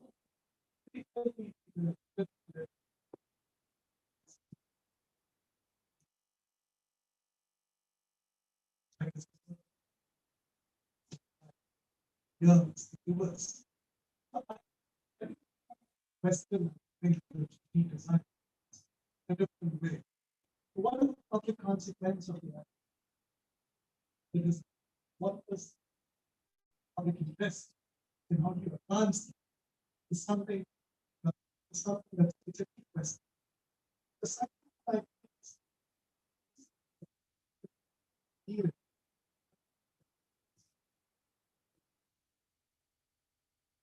what the decision.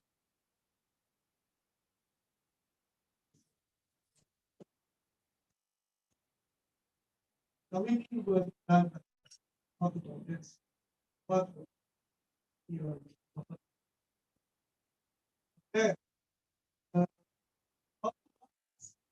average income being 3.5 lakhs, 50% as annual average life use of pricing and be priced 15 lakhs. Even if the savings you have to deliver the housing.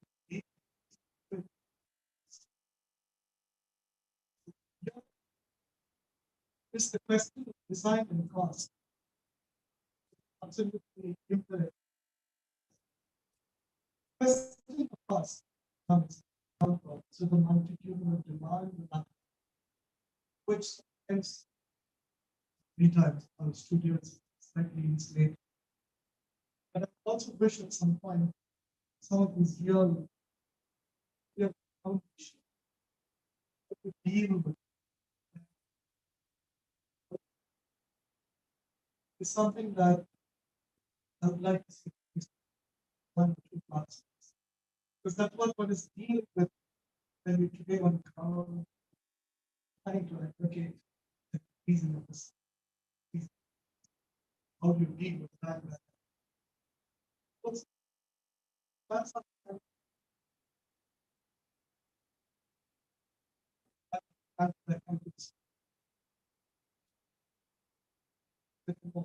informed.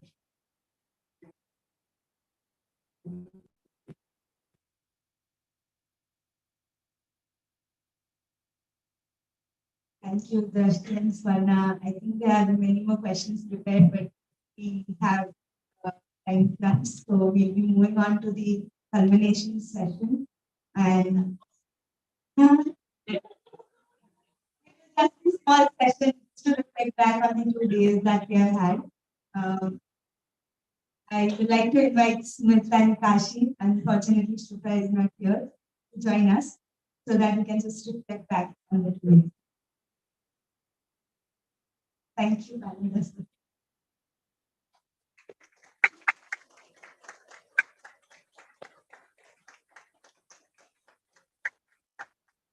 I request all the student participants to come forward to join the discussion.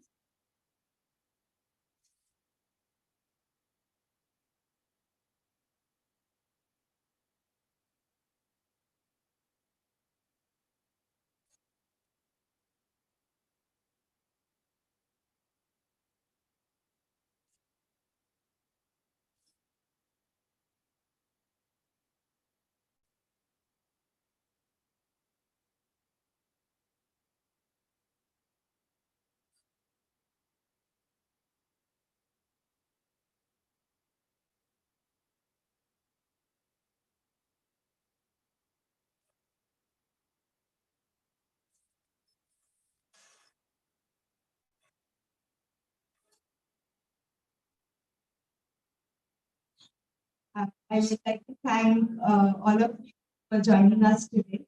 And it has been quite 2 very intensive days and there have been a lot of discussions, several renovations, and thought-provoking ideas that have been discussed and brought forward. I would like to extend the mic to Smith and Kashi if they can just give a small note on what they thought for the discussion. And then I open it up to the panelists and the students and how the discussions went and the closing thoughts on failure. Sure. I think we have had lots of discussions over the past couple of days, but I'd just like to quickly go back to the original intent of the forum. When it began, it was clearly a forum which was meant to discuss various architectural education getting in the country and what is its relation to practice. This was housing. And at that time, there were relatively very few architecture schools in India. And I think that even though each architecture school or university has their vision statement, the idea was that you learn much more when you look at students from emerging from the institution as opposed to what is taught vision statement level or as an interest for the institution itself. And I would say that it is at this stage where we have more than 400 schools, it is even more important to have that discussion in this kind of a forum. Because if we have to ask the question, where is architectural practice heading in India and where is education in relation to it? Right now, all schools are doing what they want.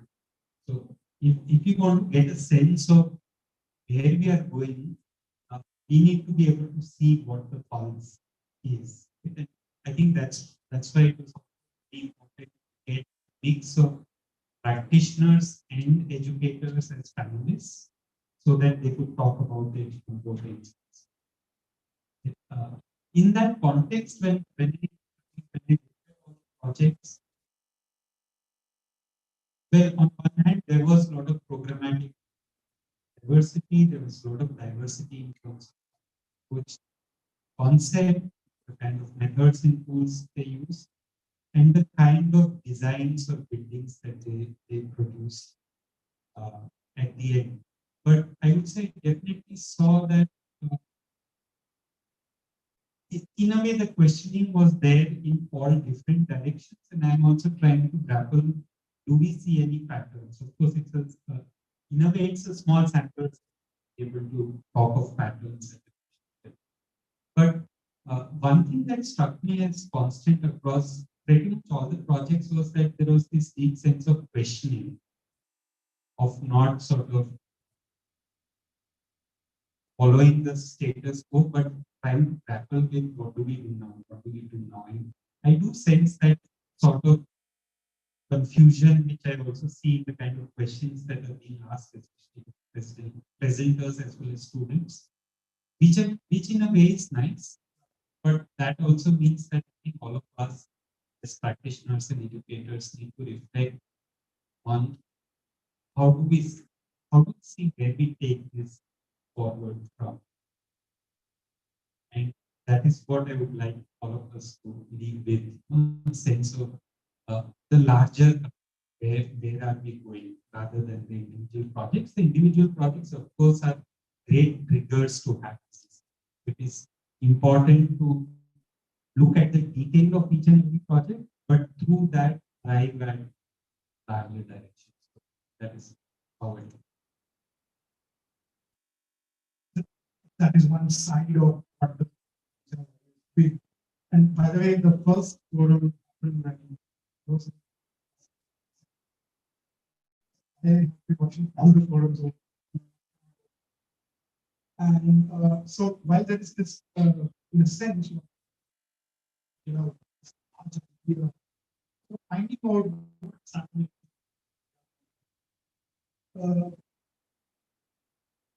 Perhaps definitely need to face the fact these 3 days of such a sentiment spike. What a tremendous years, energy. And I'm particularly taken by the new we have been doing it over the past 2 days quite intense. But just this just identifying this word, this thing that we refer to as process, remarkable thing. So seeing how all the presenters, going not to call them, some people I think now graduates. Presenters engage in such a great diversity of ideas. And to the extent that as the narrators and speakers, we were finding it very difficult to ask questions with 6 types of answers from the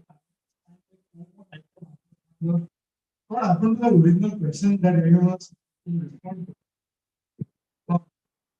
So I think that confusion in your way through when trying to figure out. It also points at something incredible in this thing that some level all of us. It's something inherent in this thing that allows so much variety and so much sort of, being deeply focused or deeply topical or deeply engaged or invested with that project. Or look at the fact that you were all just in final years. In that sense, your project is the product of your 5 years. But if you think in larger life cycles and talking about this, you don't even know if after 15 years that this product is going to become process. You are doing here to have something on our hands where the opposite becomes the thing, becomes the opposite, becomes this kind of a continuous something that can enhance. And every forum reveals that, and I'm just reminded me once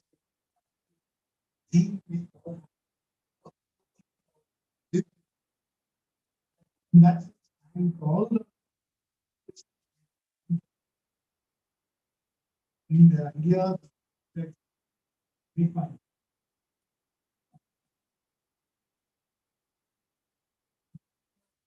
And like we thought, it's not diverse enough. One reason, the 15 I just counted. Ahmedabad and Bombay put together was and also the profile of those colleges very similar in terms of their results, their focus.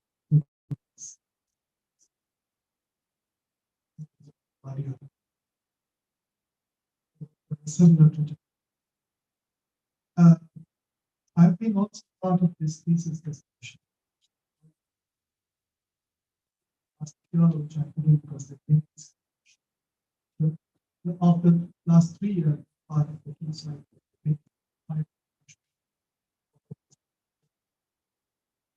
and I equally look forward because that's a very different kind of projects that you would see. Which to me, and I always have the privilege and for the opportunity to travel widely across the country. I've been engaged with various schools in different capacity years. So to me, this is an absolutely privileged space, wherein there is a certain kinds of projects. I can see the architectural exhibition different, but all the projects essentially trying to anchor themselves in certain social. On the other hand, other pieces reflects into larger context, wider kind. Is a different kind of work. Okay. I'm not saying which one is good or which one is, but I'm just putting up the fact out to you. What you see here is a very well sense, strongly connected. It's also a good, but that's more a weaker connection. You could find a variety of entirely diametrically opposite, but equally, I'd say, relevant. Hence, so that's the thing.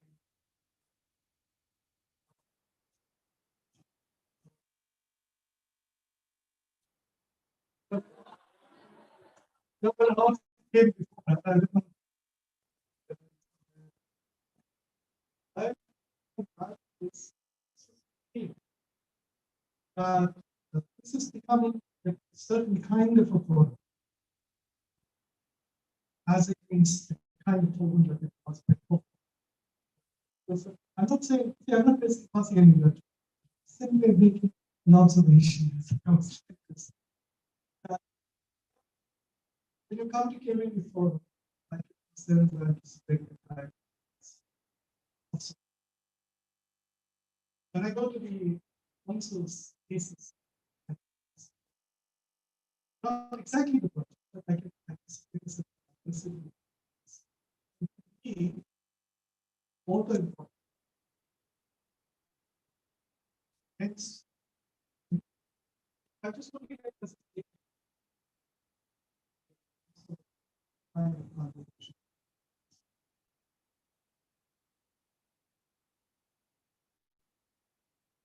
I'd love to hear a bit more about the different kinds of conversations. I think this is actually really interesting because it occurs to me, of course, in the act of curating, and I always love how curation is linked in terms of the history of the word to caring.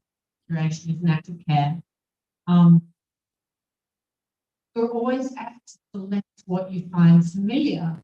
You curate a series of projects that speak to you, so but that also means that the projects that have been on display here have shared a particular ethos that reflects back on the kind of work happening in set, which I think is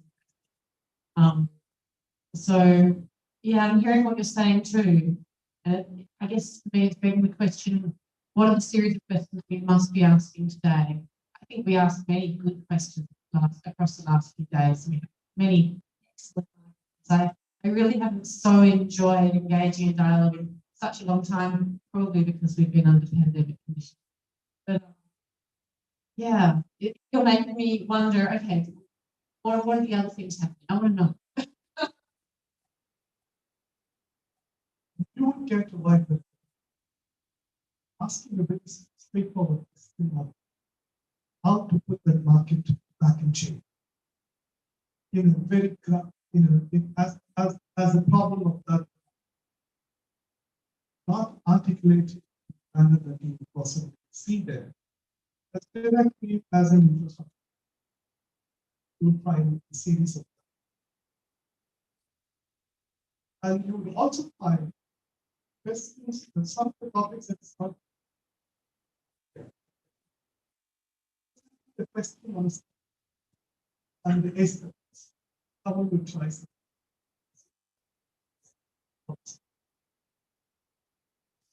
Some jump into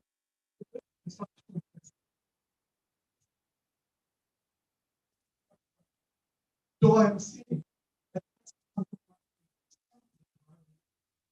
because irrespective of what scale you will end up, there's always a very detailed construction section. All that is problematic.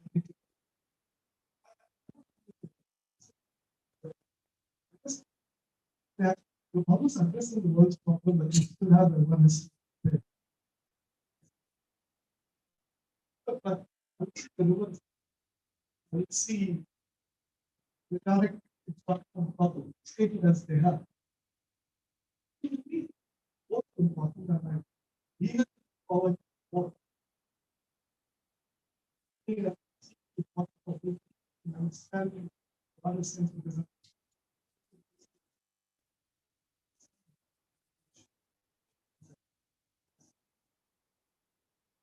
and the quality of drawing a people.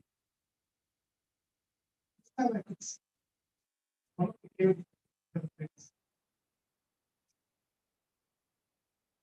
that I was very disappointed with. But this time is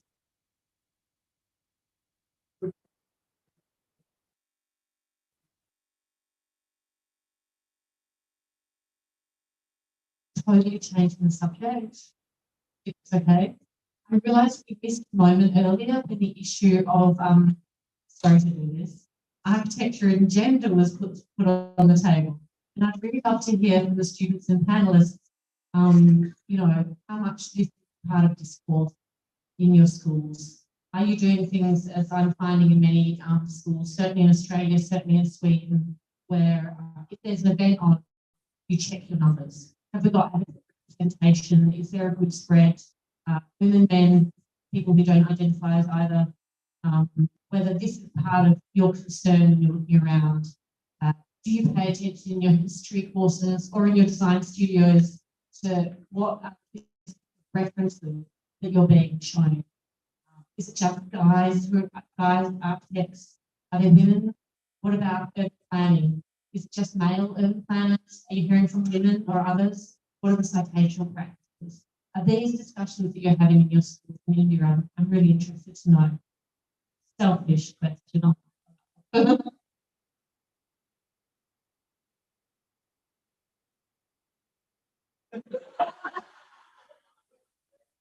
With actually did a lecture, one lecture in his history course on female architects.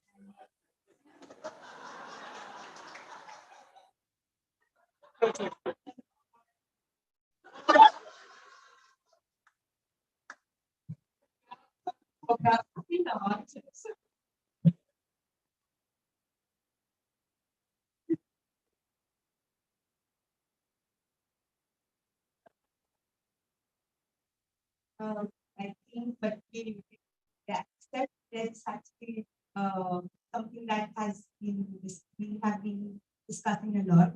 I think we have a lot of really good female teachers as well, and they take up these ideas and these things that we need to discuss. Even books on feminism, your books have been recommended by our teachers to us, and there are many.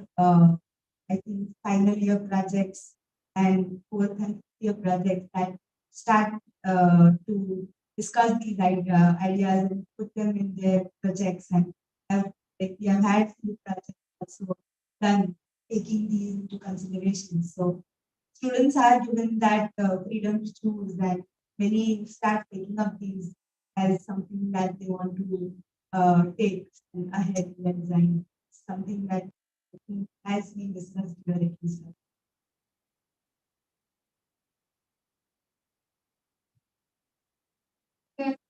Yeah, it's basically embedded you, like an indoctrination in learning to broaden your horizons and be more aware essentially of what issues there are. With gender, particularly, yes, been discussion over time.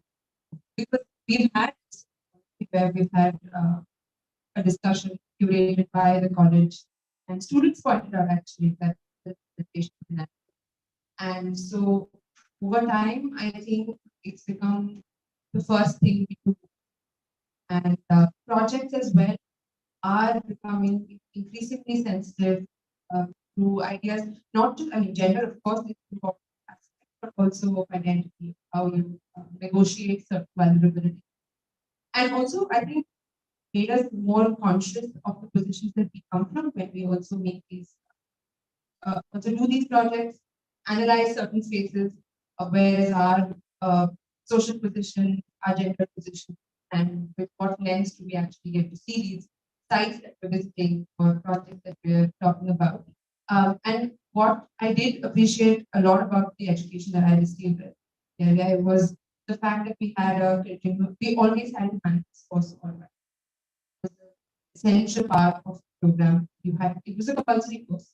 Apart from architectural history, there was humanities, it was a separate course altogether, which led any marginalization, housing, questions. And in all of these discussions, these various aspects did keep figuring. So I think we're not completely there yet.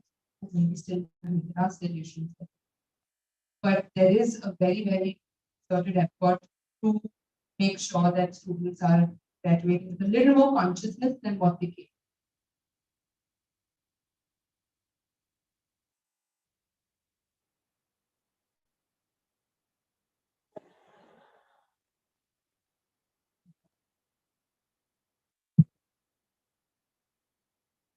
I think no matter how much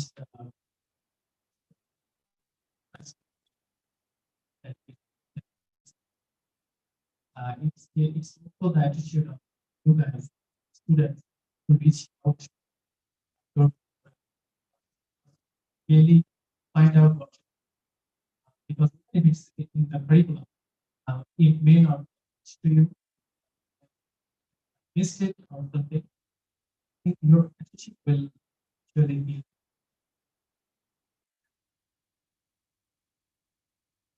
And that was the words can be very confusing. uh, Sorry that I'm so much interested in it. And but each and every one of you have scope to find your own line in your own sense. And I studied in 5 years. I got my focus and ending, and that's okay from a professor. So, so all my 5 years, I like.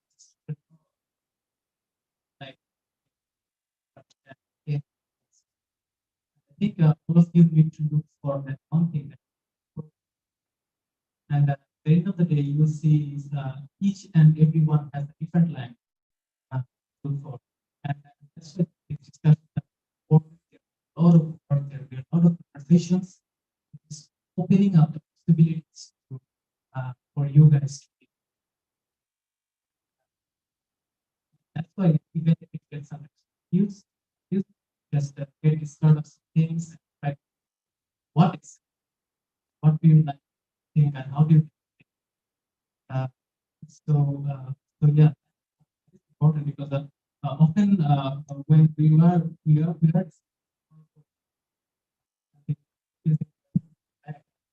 don't talk to them. That maybe in the class, uh, people or a lot of students can get lost. It's necessary to reach out to them and get.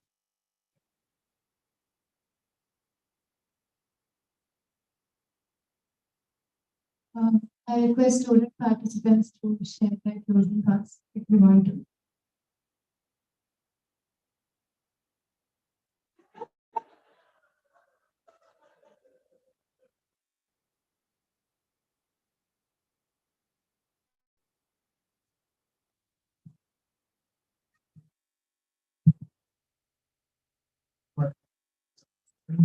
This section coming to be here and talking to the forum from India actually. Yeah.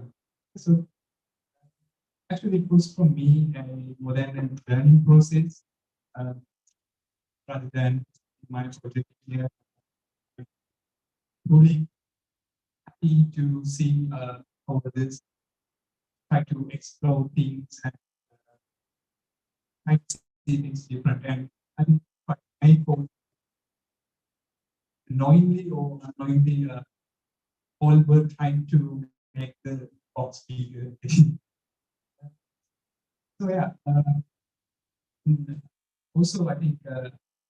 We talked about beginnings and ends. So I think this is again a beginning. So this conversation needs to be continued further. And yeah.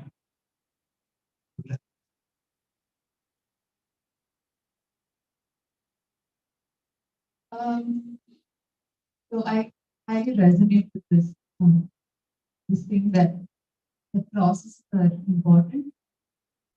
I started architecture very late in the course, and I realized that the beauty of the process.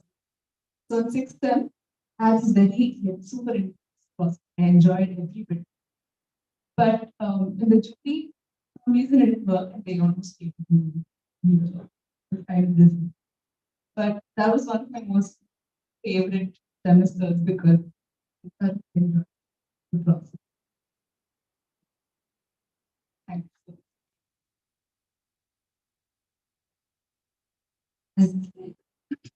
As I affect my voice in the middle of the morning. I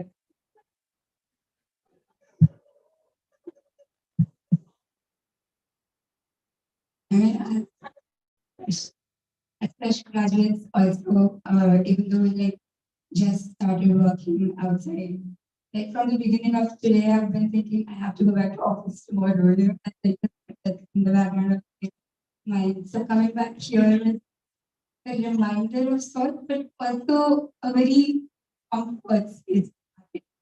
And honestly, it's like two parallel coexisting views on architecture. So, I don't know when the overlap will start to occur, or like, and to be honest, even talking, like pitching into what was asked earlier, like, whether we are sensitive to gender or universal accessibility, you know, we all how the studios are constructed as well, make us to be okay, to be blinkered towards certain things. Certain studios are formulated in certain ways, you focus on certain things. So I never personally felt the need to adjust because you can't do that in a semester. But now I have to do it. So I really don't know how I'm gonna do it, you know. So I mean, we're talking about all of this was the assurance of something.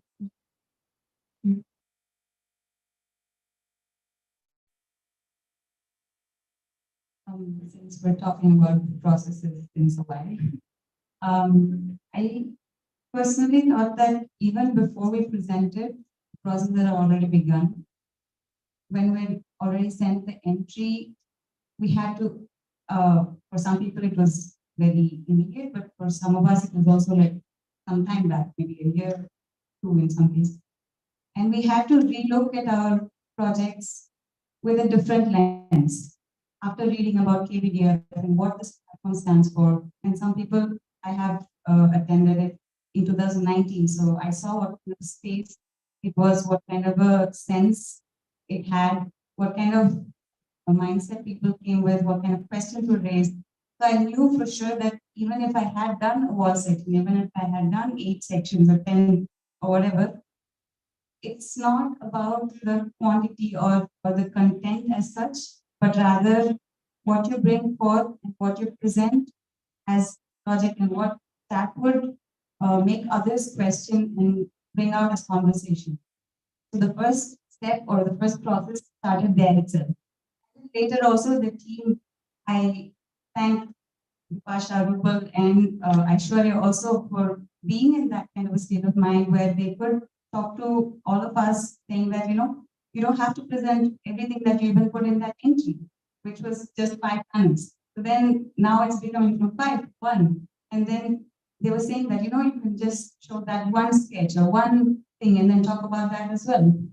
So the process was happening already there, and then by the time we presented, it was very nice that all of you, every single panelist, every single student was there to not judge anyone, but give the space to actually create conversation or argument also, which was very interesting, very healthy also, and everyone gave that space for that to happen also. So in that sense, I really enjoyed sharing this space with all of you for the past 2 days and looking forward to a lot more. Thank you. Talking in similar terms. For me, I think, first of all, the topic process is very interesting because even in juries or anywhere, we never give equal importance to process. Maybe it's just a starting 5 minutes, you go through a process, and every time you value what comes at the end. And here, even while preparing the presentation, it was more about going back to the process, how we did it, and concentrating on that part while presenting, other than the end product of it. So that was really interesting. And second, it was good to come here and present and not get critiqued about what I did, than about what the project was, or what was the understanding behind it, and then what are we trying to take away from that. So usually we're used to getting attending juries, wherein you're presenting and then you have to think about things, so how else you could have done it. This wasn't something in that, so it was a new platform for me. I also appreciate all of you who have arranged it really well, and thank you.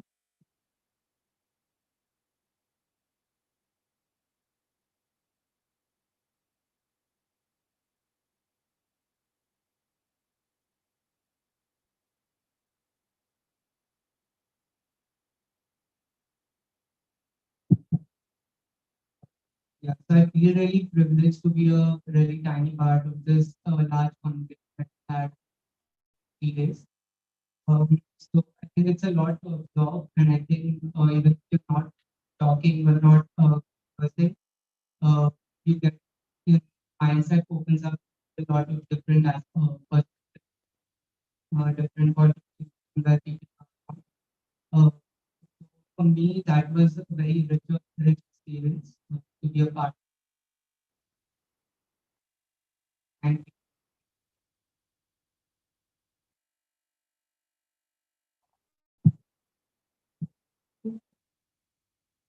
I owe the entire KBDF team. Thank you for organizing this and for curating it so, so thoughtfully, actually. And I did have my own preconceived issues, probably, or like apprehensions, actually, with the way I saw my own project.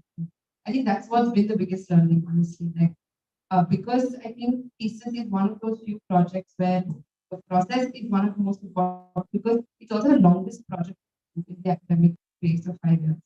And it's because you formulate it from start to end, you're so attached to it. It's such a personal experience because you've also grown so much through that process. And you see it in one particular way. So having to shape that entire belief system of what you thought the project was, what you thought that process was about, and having to revisit that, I think, was quite an exciting, 2 days. And the fact that, honestly, what Sandhya said, for me, it's been 2 years since I finished it. So there's also the time that's happened since then. And with that, there are newer questions, things have changed. You still want to see the project the same way. So I think being able to revisit that even for a short time and be able to question it, and then see similar ideas being addressed through other lenses also, was really enriching. And I'm very, very grateful to have been a part of this. And thank you so much for having me. I was about to say what she said. That it's been so long that I revisited my thesis that it's like it was 8 months of time when like we were so much into the thesis, and then suddenly we got into the practical world for a year.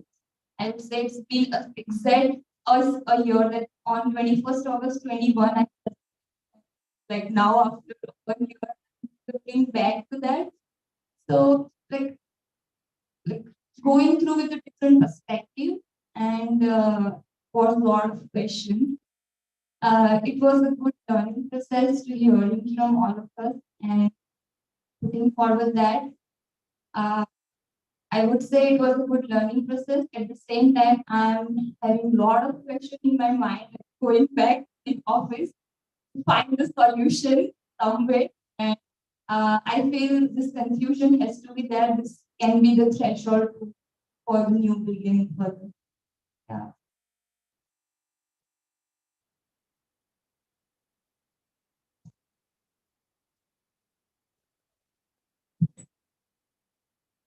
Thank you all for extending such a big part of us. And I'd like to thank all the panelists for your insightful thoughts and having patience with us for these 3 mistakes. As coming from the organizing team and having gone through the entire process and having looked at all the projects and being in the discussions, I realized that there are a lot of things that are outside us, around us. There are a lot of intangible ideas that are we are thrown. And I realized and I learned out of this forum that the biggest thing for me would be, my biggest takeaway from this would be to be more reflective of the decisions I'm making and to learn how to be more perceptive of the things around. Vipasha, what would you like to say?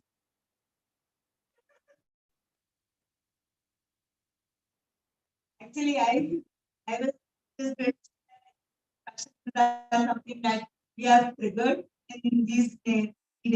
I think will keep on happening.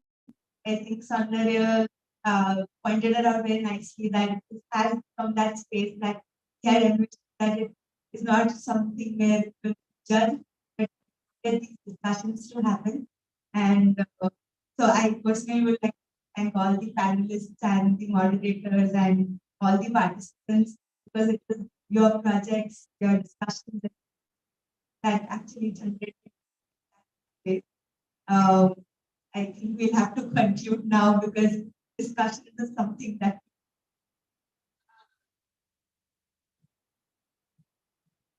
I just want to say that I really appreciate being joined the other conversation that diversity that is probably required in the coming years. So the next batches will probably have to look at things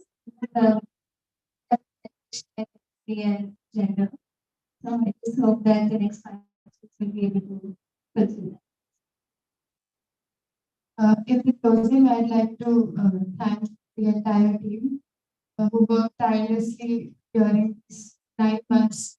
The first 9 months.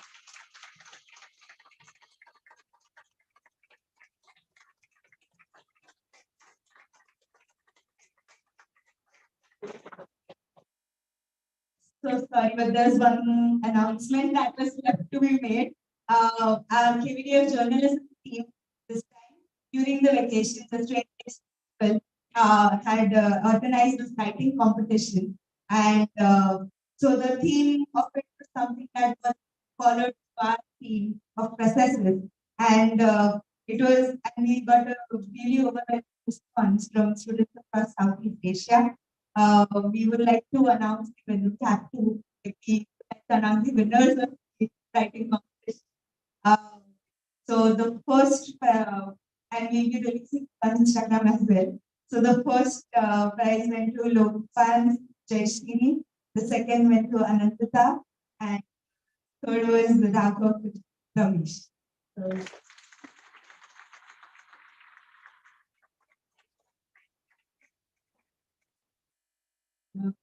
yes, the whole team actually, this is not just the 3 of us, but all the teams, all the team heads, and it's a very long list, but I think hospitality for Karan and the way the amazing graphics. They have been very well received. Almitra and Sandra, the people effort of the trust team and everyone.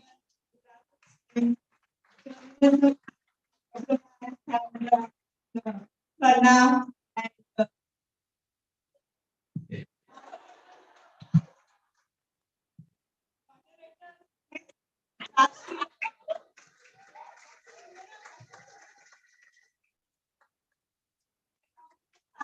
all you have had professor.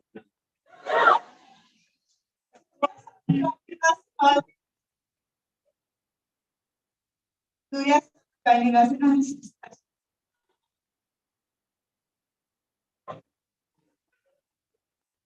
Campus management, all of these.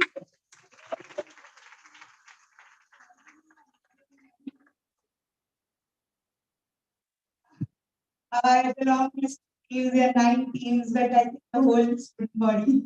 Thank you. I'm sorry. Someone Classic service and dogs too. Thank the Lord.